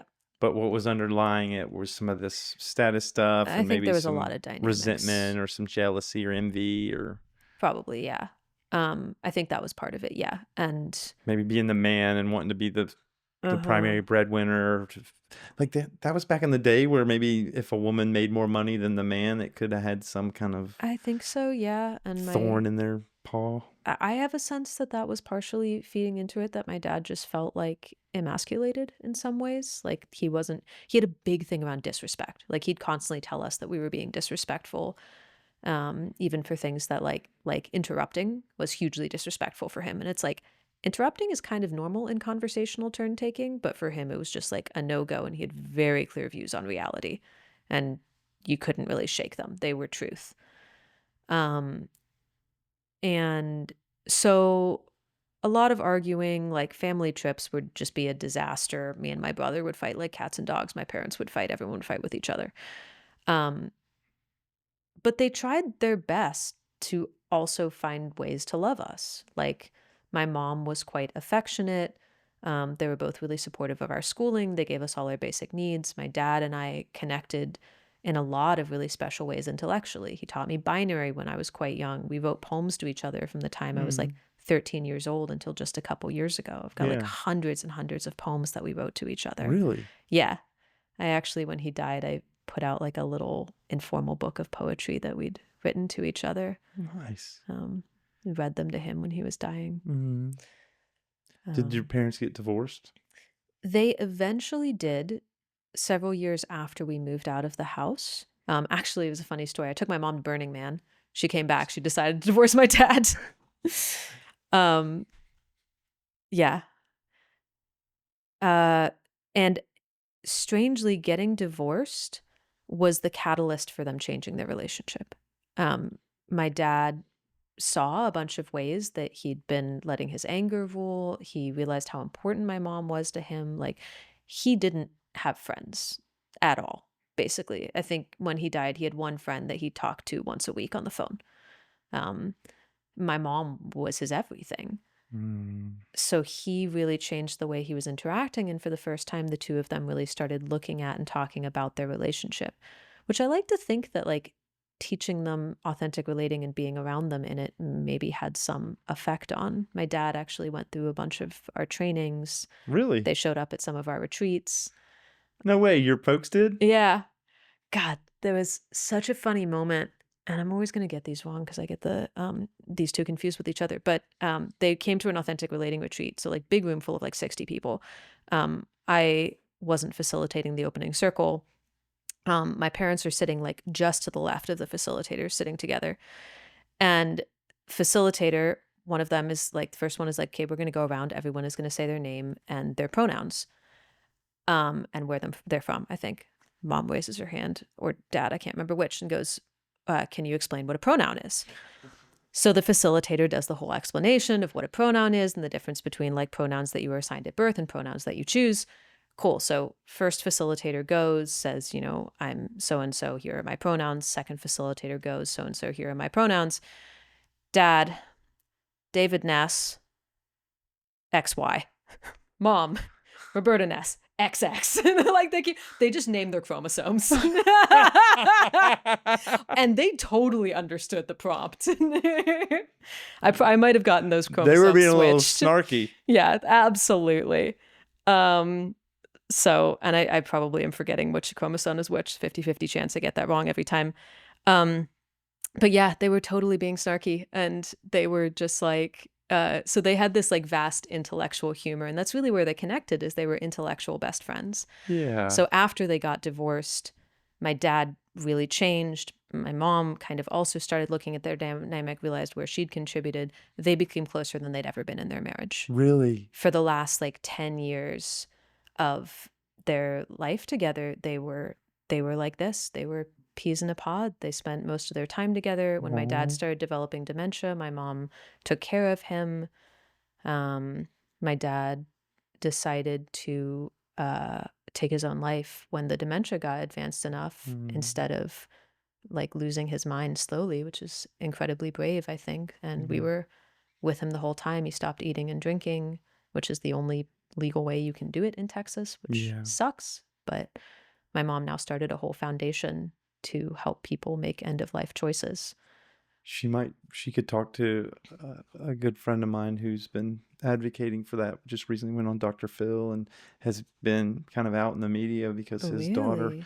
passed away, and she wanted to pass away in her own way, and they were in New York and she wasn't allowed to, so it was a different type of story. That would actually, I'm sure she'd love that I could put them connection. That together. would be Yeah. great. Yeah. Yeah. She's doing wonderful work. She created this AI that you can talk to, like you can call into, and it'll have a conversation with you, and it sounds like a human.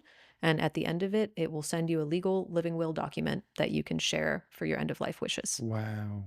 It's wonderful. So your folks got divorced, and then in some way through your life's work Mm-hmm. found a way to come back together and spend the rest of your dad's life together. Yeah. In part, maybe because of my work, and also just because their willingness to really look at who they were in their relationship and what mattered to them. Yeah. So it was really amazing to see. It really changed my view on what's possible in relationship. I think before then I'd had a static view where I was just like, people can't change. Because my dad's been in therapy for like his entire career, and he's never changed, and he's never seen anything about himself as far as I can tell. And then that happened, and I was like, whoa, I have a completely new view of what's possible. Yeah. And now I'm married to someone where like we constantly give each other feedback and choose to change as a result of who we want to be and who each other reflects. And it's really magic. Yeah. What do you think was your impact on from being in that type of environment growing up, where you had, the poetry and the love and the connection with your dad and also with your mom, but also witness and this like, go between in conflict? Number one, just like basically getting used to being a mediator, getting used to like trying to listen very carefully to what was happening to someone and like de escalate by reflecting them and by being with them. So I think that was really powerful for me. Um, Getting to see how destructive it could be not to talk about the dynamics that were happening. Because they never talked about any of it. Definitely not with us, and I don't think they had much ability to see outside of it. I think they probably tried to. You weren't scared when they would Oh yeah, argue? I was. You felt fear. Yeah. I didn't feel fear that like there was going to be physical abuse, but I felt very frozen and scared, and especially like when my dad would blow up at us as well. Would he Um, like throw things? Was it outward expression, like bang on walls, or he what did only it look threw like? something once. He would storm around. He would yell. Yell, cuss, Uh, Occasionally cuss. Yeah. Um, Project, I'm sure, use universalizing language, like just yeah, he would kind of go from 0 to 60 very quickly, and quickly on a dime. you kind of never knew what was going to set him off. It's funny, like I don't think I've ever been asked this question about how he related, or asked much about that dynamic. So it's actually really, really interesting to think about, and I appreciate the questions. Yeah. And my mom probably overshared to me, especially. Like I was very much her confidant, which I think gave me a sense of kind of emotional responsibility at quite a young age. And I didn't have like a ton of responsibility outside of that. Like I was quite sheltered as a kid. I was like, we were upper middle class, like um, definitely a little bit isolated, but given all the things for a good childhood, except for social interaction, really. But that wasn't necessarily their fault. They just didn't really know how to model it because they both had very demanding careers. And perhaps not the tools to figure out how to prioritize Not at all. There or was no. to, I don't know. It's really interesting discovering things in authentic relating, like going meta, talking about a dynamic. Mhm. I was like, oh my God, how much would have changed in my childhood if I'd known that existed? And also, how did my dad, as a trained psychiatrist who was in therapy with years and years of experience, like not know these incredibly basic tools? Like Freudian psychoanalysis, I'm sorry to say, is bullshit. You can't fix what is right now by looking at your childhood. Like you actually have to change your behavior. You have to understand how you are. You have to understand how your parts interact with each other, or like how your somatics are, something other than just understanding your past. So I also developed like quite a dislike of psychotherapy until recently when some of these new methodologies have become more Well, popular. Carl Rogers, Yeah. Carl Rogers, yeah, I mean, that's the much more human-centered approach. like what we do, but also the rise of somatic psychology Yeah. and Yep. internal family systems and some Yep. of these um, Well, they all go much, really well together. I even love, Gestalt. Yeah. yeah, Fritz Perl. Hmm. You got this kind of like triangle of what I think is, Basil van der Kolk and what Peter, anyway, the somatic stuff. Yeah. A lot of those folks, which is like, yeah, what's going on in your body? What are emotions like? How are you responding to them? And what this whole thing. And then you have um mindfulness, Hmm. like awareness. Like Yeah. that's it all starts to have that awareness of what's going on in my present moment experience, which encompasses the somatic experience. And I think the third part of that triangle is that nonviolent communication, or you could bring in Gestalt or Fritz Perl or that human-centered approach of like, Hmm. how am I expressing outwardly and internally Yeah. as a Like the result? CBT style of Yeah, thing as well. Yeah. yeah. Yeah. I think all of those are more powerful tools than the ones that they used to use back then in like, at least in his world in like the 90s. So, yeah. So there was these kind of arguments, and there's this kind of emotional bringing you into responsibility or giving you way more than you probably should have been exposed to at a young age, Probably emotionally supporting your speaking. mom, Hmm. which that that might have felt good, like I'm being let in, but at the same time not realizing. Yeah. It was something I could do, was trying to like be the mediator and go back and forth. Kind of like a shuttle mediator basically, Mhm. because most of the time they weren't talking to each other after they'd had a fight. Um, but in retrospect, it led me to overtake responsibility and to start believing that feeling someone else's emotions and taking on their pain was a form of solving the problem. So Yeah. that's been a really hard thing to detach from in my life. What was your brother doing while all this was going on? He was really, really angry as a kid. He really didn't respect my dad. My brother is like quite a hands-on person, very physical. He now is like a handyman in Eureka Springs and runs a farm in Arkansas. Hmm. Um, and very practical. And my dad was extremely a man of the mind, and he was like kind of brittle. Like he only knew how to enforce discipline in a very like unilateral and like not always consistent way. And my brother, I think, really didn't respect him and really didn't feel like there was anyone like teaching him how to be a man or anyone he could push back against. So he became quite angry, started having a lot of behavioral problems, was taking it out partly on me. And my parents, in what I think was a very wise move, offered him the chance to go to boarding school, and he leapt at it. And so he was in boarding school for most of my life growing up. He came home on the weekends at first, and then after a while, just only came home on holidays. So he and I didn't really have a relationship, which there's some funny stories about how that transformed. But in the last couple years, we've built more. But there was a good 10 years or so where we really didn't talk. Really? Hmm. Yeah, he was very much a stranger to me. Wow. So in a lot of ways, I felt like I was an only child. Because he was gone. He was at boarding school and came back. Yeah. I don't even remember much about him coming back when I was young because I think by the time I was kind of old enough to be forming my own social relationships, he was coming back so infrequently. So y'all never played together or any of that sort of stuff, like where you Not hear since we were siblings playing together. not since we were little kids. There is a question around social and emotional learning like as you were growing up. It sounds like with your mom, you were getting some social vernacular as she's sharing her experience with you, and with your dad, probably not so much. Hmm. What was it like? What was social and emotional learning like in your childhood? I don't think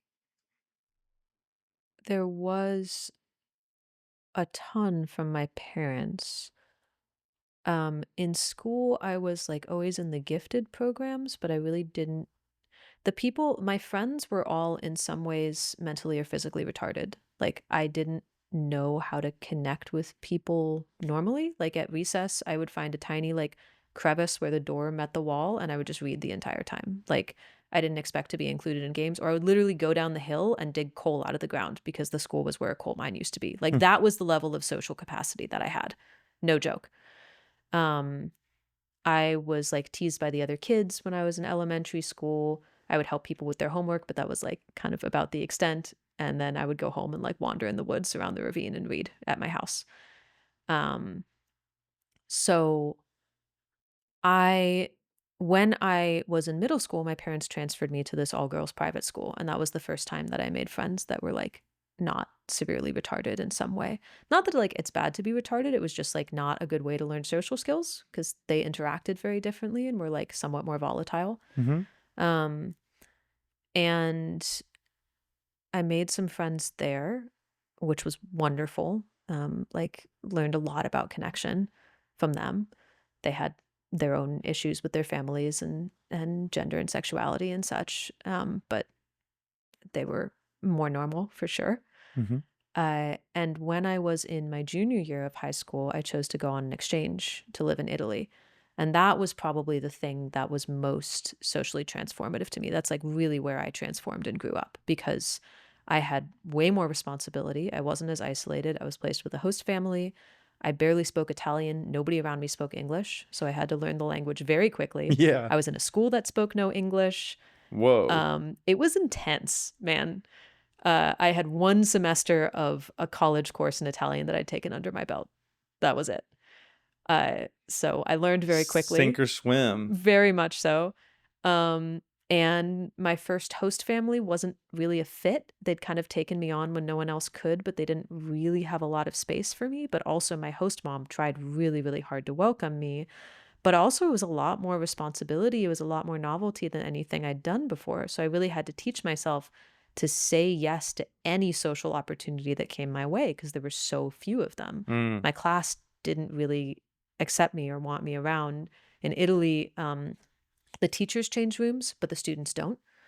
So oftentimes the students have been with each other since like elementary school, if some of them have stayed in the class with each other. So it's like they have very clear social bonds, and there is not room for someone else coming in, really, Really? at least in that grade level that I was in. So What grade was it?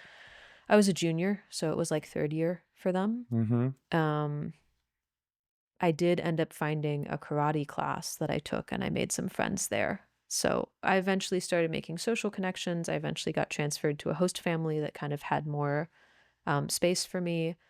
But it forced me to grow up and to start. I had like a couple mantras when I was there. I was like, say yes to everything. And the other was, it's not good, it's not bad, it's just different. Taught me a lot about cultural difference. So I got really lucky with that experience. I don't know who I would have been without it. When you say it was hard, is it that isolation again? The lack of social like opportunity? Lack of social contact, lack of ability even to communicate in the short term, feeling very awkward. Like the first time I had to try to explain in Italian to my host mom that I was having a period. Like, The time Just like, yeah, exactly. I was like, how do I don't know the word for blood. I don't know the word for like, what do I, moon, yeah, yeah. time, month. Like Yeah, that's yeah. about as close as I got. It took me like 5 minutes to make her understand. There was the time that I like, didn't quite understand the direction of the cheek kissing thing. First time I met my Italian grandparents in that family, I went left, my grandma went right, kissed right on the mouth, spent 2 hours unable to communicate with each other. Like things like that. Um, and I was like very awkward and uncomfortable. So I just had to like learn to adapt, really. Um, Did you? I did. Definitely it caused me to grow up in a lot of ways. And I also was undiagnosed bipolar for most of my life. And I think that probably had a huge impact on me. Like I went through swings of pretty intense depression. I'm not like bipolar 1 or anything. Like it's not so bad that I have periods of blacking out, but like there's a lot of emotional swings. And that was only diagnosed a couple years ago, and I got medicated, which changed my life. Um, so I would get really, really depressed. And that had a big impact of like, I would have hard time like mustering the energy to do anything.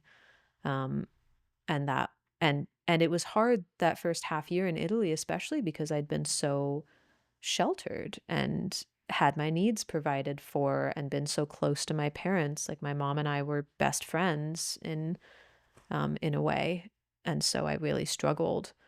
And then when I came home, my mom got a job in Houston and she moved down there while my dad stayed with me for my senior year. And my dad and I did not get along. So we had this terrible time with each other. And my dad was very authoritarian. And I was coming back from an experience where I'd had a lot of freedom Mm, by necessity. And yeah. Italian kids are given more freedom. So that was awful. My friends had all moved on to other things, were not really available anymore.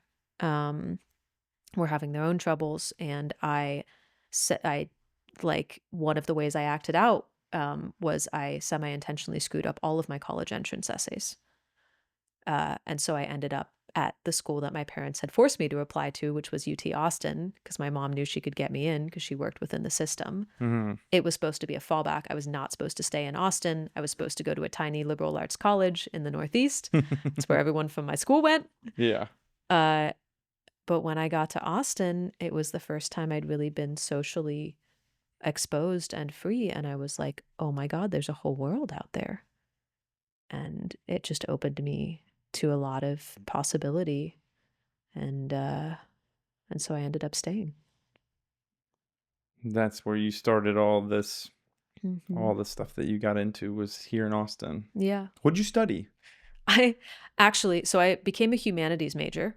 I was in the honors program and I took in the humanities degree that they offer at UT Austin, you can choose your major. You can basically make one up. And if you can convince the teachers to let you into classes that seem related, you can get it. So I actually majored in intentional living communities.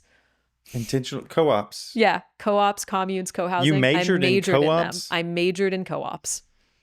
And I graduated triple honors like doing that. It was, Co-ops. yeah, I wrote a 250-page thesis on how to live in intentional community Wow. and how to build intentional community. So Yeah. you were studying that through through the places that you lived the whole time you're in college? You were Yeah. living in co-ops the whole I time? was living in co-ops almost the whole time. Yeah, And you not loved it enough, you're like, I'm gonna make this a degree. yeah, basically. And that's why I took a year off. I traveled around the US. I tried to make a film. Film was never finished, but the interviews that I did and the information I got from visiting those different communities combined with me starting to study circling in Boulder during my senior year after I'd found out about authentic relating. There was no authentic relating training, so I went and studied circling. And then I used the Integral Center as a model of integral community, and I basically wrote my thesis on authentic um, intentional integral community and like what that looked like and the communication skills you needed in community. And I mapped it all to integral maps. It's still out there. It's called Building Utopia. Wow. It's the thesis. Yeah. Wow. You didn't have there was no other students you were a unique path that you paved your own path. Yeah, I took sociology courses and psychology. I kind of bluffed my way into an advanced music composition class I should not have been in. just for fun. That's how you shine during our musical improv thing. I love music and musical improv. Jordan and I would get on these tears during circling immersions, where he's an incredible guitarist. I Oh don't know if he yeah, told you. we've played around a little bit together. Yeah, so he would play guitar and we would improvise songs together Yeah, about like basically circling each other through music in the moment. It was really fun. that sounds My cool. husband and I will like rewrite the lyrics to Disney songs and sing them all the time. Oh, Mm-hmm. that sounds fun. Yeah. So that takes us to like college Mm-hmm. and where you are now. When you graduated college, there wasn't like a career path, Mm-mm. was there? No, so when I graduated, what I had wanted to do was to woof, basically working on organic farms. Mm-hmm. I wanted to do that in Spain and Portugal, but I had started the authentic community in Austin my uh, senior year, and the authentic community in Houston. For a while, I was shuttling back and forth between those, flying every month to Boulder to train and writing my thesis and attending classes. It was How were your folks helping you crazy pay time in my for all life. that? How are you paying for all that? That seems like a lot of My parents gas had and. had paid my way through college. Mm-hmm. I had like some jobs during my junior year, and then my film had gotten funded. The film that never was, but that paid for the travel, had gotten funded through Kickstarter and gotten some money from the local co-op associations. But I was very lucky. My parents have, in a lot of ways, funded me. Mm-hmm. Otherwise, it would be hard to do the things that I do, at least at the price points that we try to do them. Yeah. Um, yeah. But also we were hosting retreats and trainings at that time. Like You were bringing in income through these retreats and trainings. we started hosting all Texas retreats between the Houston and Austin communities, Mm-hmm. like only like maybe 6 months after we got started. And then Really? off of that, people asked for facilitator trainings. So I and my co-facilitators at the time were like, I guess let's just look at what we're doing and make up a training. And those really evolved over time. And Yeah. cost of living in Austin was cheaper then. Yeah, I remember. Yeah, way back when. Casa de Luz donated us the space for the first couple years we were there. Really? Yeah, they were great. Yeah. So we were really beautifully supported. I had a Patreon for many years You did. that helped subsidize things. Yeah. It was very much like social capital was turning into physical capital, and people were just volunteering to support. And I created a facilitator community that was as vibrant as the participant community, which I think is really what gave us a lot of our juice. We would do facilitator meetups and practice and play together and have business meetings for the community. And there was like 20 or 30 of us at various times that would all come in, Facilitators. have holiday parties. It was really an amazing time to be part of. There was so much energy. The retreats would happen every 3 months. The trainings would happen every 3 months. Like everyone would go through them. Everyone would try their hand at leading and getting feedback. It was like chaos some of the time, but oftentimes really beautiful. And then I was also going to Boulder every month to few months to train and then eventually to lead trainings. And that as a mothership and as a place that I got mentored was incredible. I feel so grateful for it. For the Integral Center. Yeah. And you were not trying, you were building the material for a movie at the same time? I tried. So I filmed while I was on the road. I had like 4 people that came with me to film. And we did interviews at like 30 different intentional communities all over the US. But I wasn't a filmmaker. I'd taken one liberal arts filmmaking class. I decided to do it because like there was a filmmaker in my co-op that was supposed to come with us, but he dropped out of the project super early on. And so I had this rotating string of people that like didn't really know what they were doing. And I only had bike transportation. So I got back to Austin. The only editor I could find within the budget that we still had, because almost all of our money was gone after renting the van and getting 4 people across the US, even though we were just staying at the co-ops. The only editor I could find lived 45 minutes away from me by bike, up and down tons of hills. I was trying to write my thesis, go to Boulder. Like I ended up not being able to complete the film. Also, because I was trying to create it like a research paper instead of like an actual story. So there was no through line. It was just like topic, topic, topic. Yeah. Which is apparently not how you create a film, as it turns out. Maybe. Yeah, not a good film. Do you still have all the footage? I still have all the footage. Someday I'd love to get it edited, but Find a way to make a story in there. Yeah, I'm sure I could now. It just hasn't been a priority. Maybe you just need one subjective experience through one, and then you can draw in all the voices Could have, that, like, yeah. I don't know. Yeah.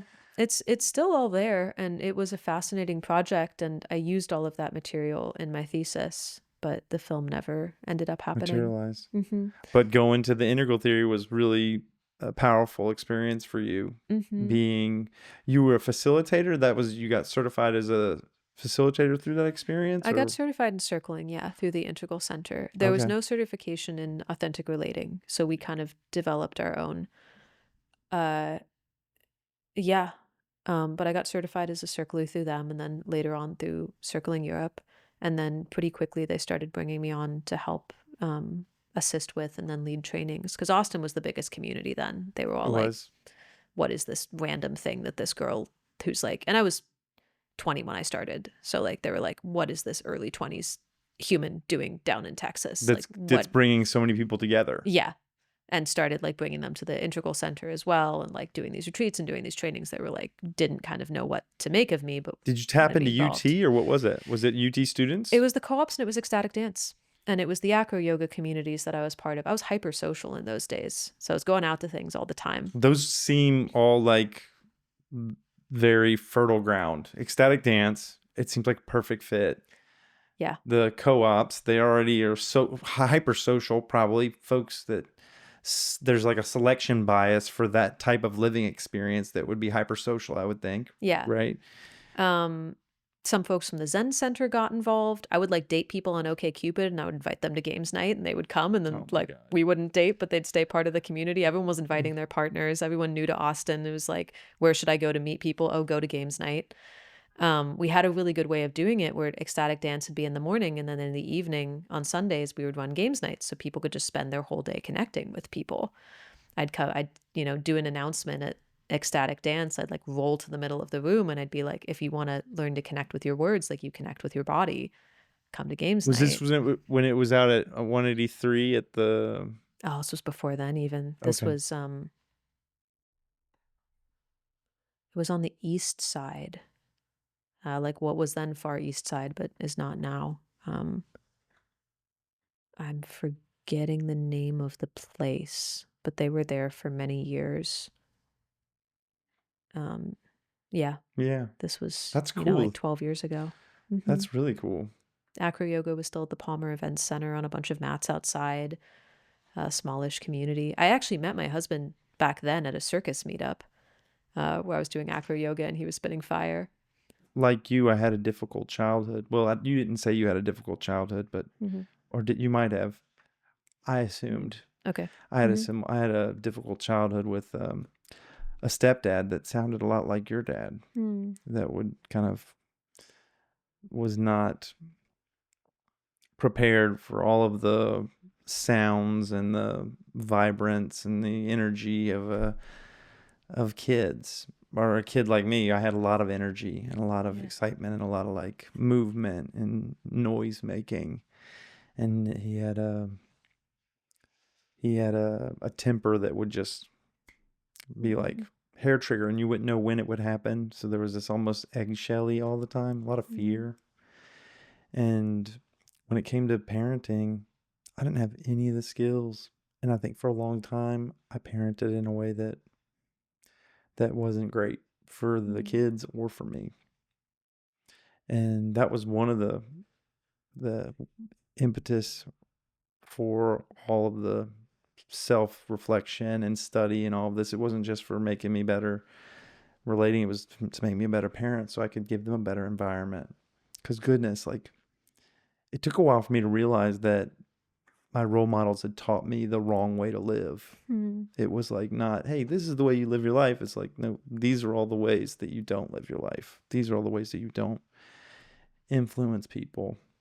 And then when you're given all the wrong ways, you have to kind of seek out the right ways. It's not apparent. Yeah. It's fun to know Pun where it came intended. from. It's not apparent. What did you say? um, it makes more sense now why you went on that journey. Like I feel like having kids is a wonderful impetus for okay, I have to get better, but I can also see it in your speech, and then I can see it in your kids. Like Eve being willing to express her own needs is a big thing, and Yeah. trusting you with them. Yeah. She's has some of the same um, traits as I have, some of this neurodivergent stuff. I Mhm. think both my kids have it a little bit. This stuff's kind of genetic. Yeah, yeah, very much I so. wonder what we want to explore. We're kind of at the end of this. Yeah, My daughter has um, brought to my attention that time has flown. rung the bell. Is there anything we want to talk about in closing? What was a highlight for you of this interview? Oh my goodness. I think I had a view of you that was totally different than you. What was your view? Oh man, now we're doing authentic relating games. You like got me there. I That's a good question. Let's see. like knowing. It's like good reflection. What did I have to go on? I didn't have a lot to go on Mm-hmm. except for like some pictures and, stories of authentic relating because I'd never been in community with you or in any of the groups with you. Um what had I built up in my mind? I'm either I'm either like blanking out because I'm embarrassed or I didn't have one, but I know that you're different than what I had kind of expected. But if Are I there some expected like something, I would have expectations. I Are there would like have some them. attributes you thought I had? Not really attributes, because I'd seen pictures of you. You look Mm-hmm. like the pictures. Maybe I thought you'd be taller. The one thing you can't tell from pictures. Or maybe I thought you'd be like, there's like I didn't know you were as focused and clear. I guess maybe I thought there'd be a more bubbly or more like, I don't know, it's hard for me to pinpoint it. And I also don't want to hurt any feelings because neither of them are good or bad. No, I love this. Yeah, I'm super good at taking feedback, so it's very likely you'll offend me, and I'll try to tell you if you do. But it's like, it's not feedback. It's just, so A maybe I reflection. thought being a facilitator, there'd be like a more like big or more expressive Mm.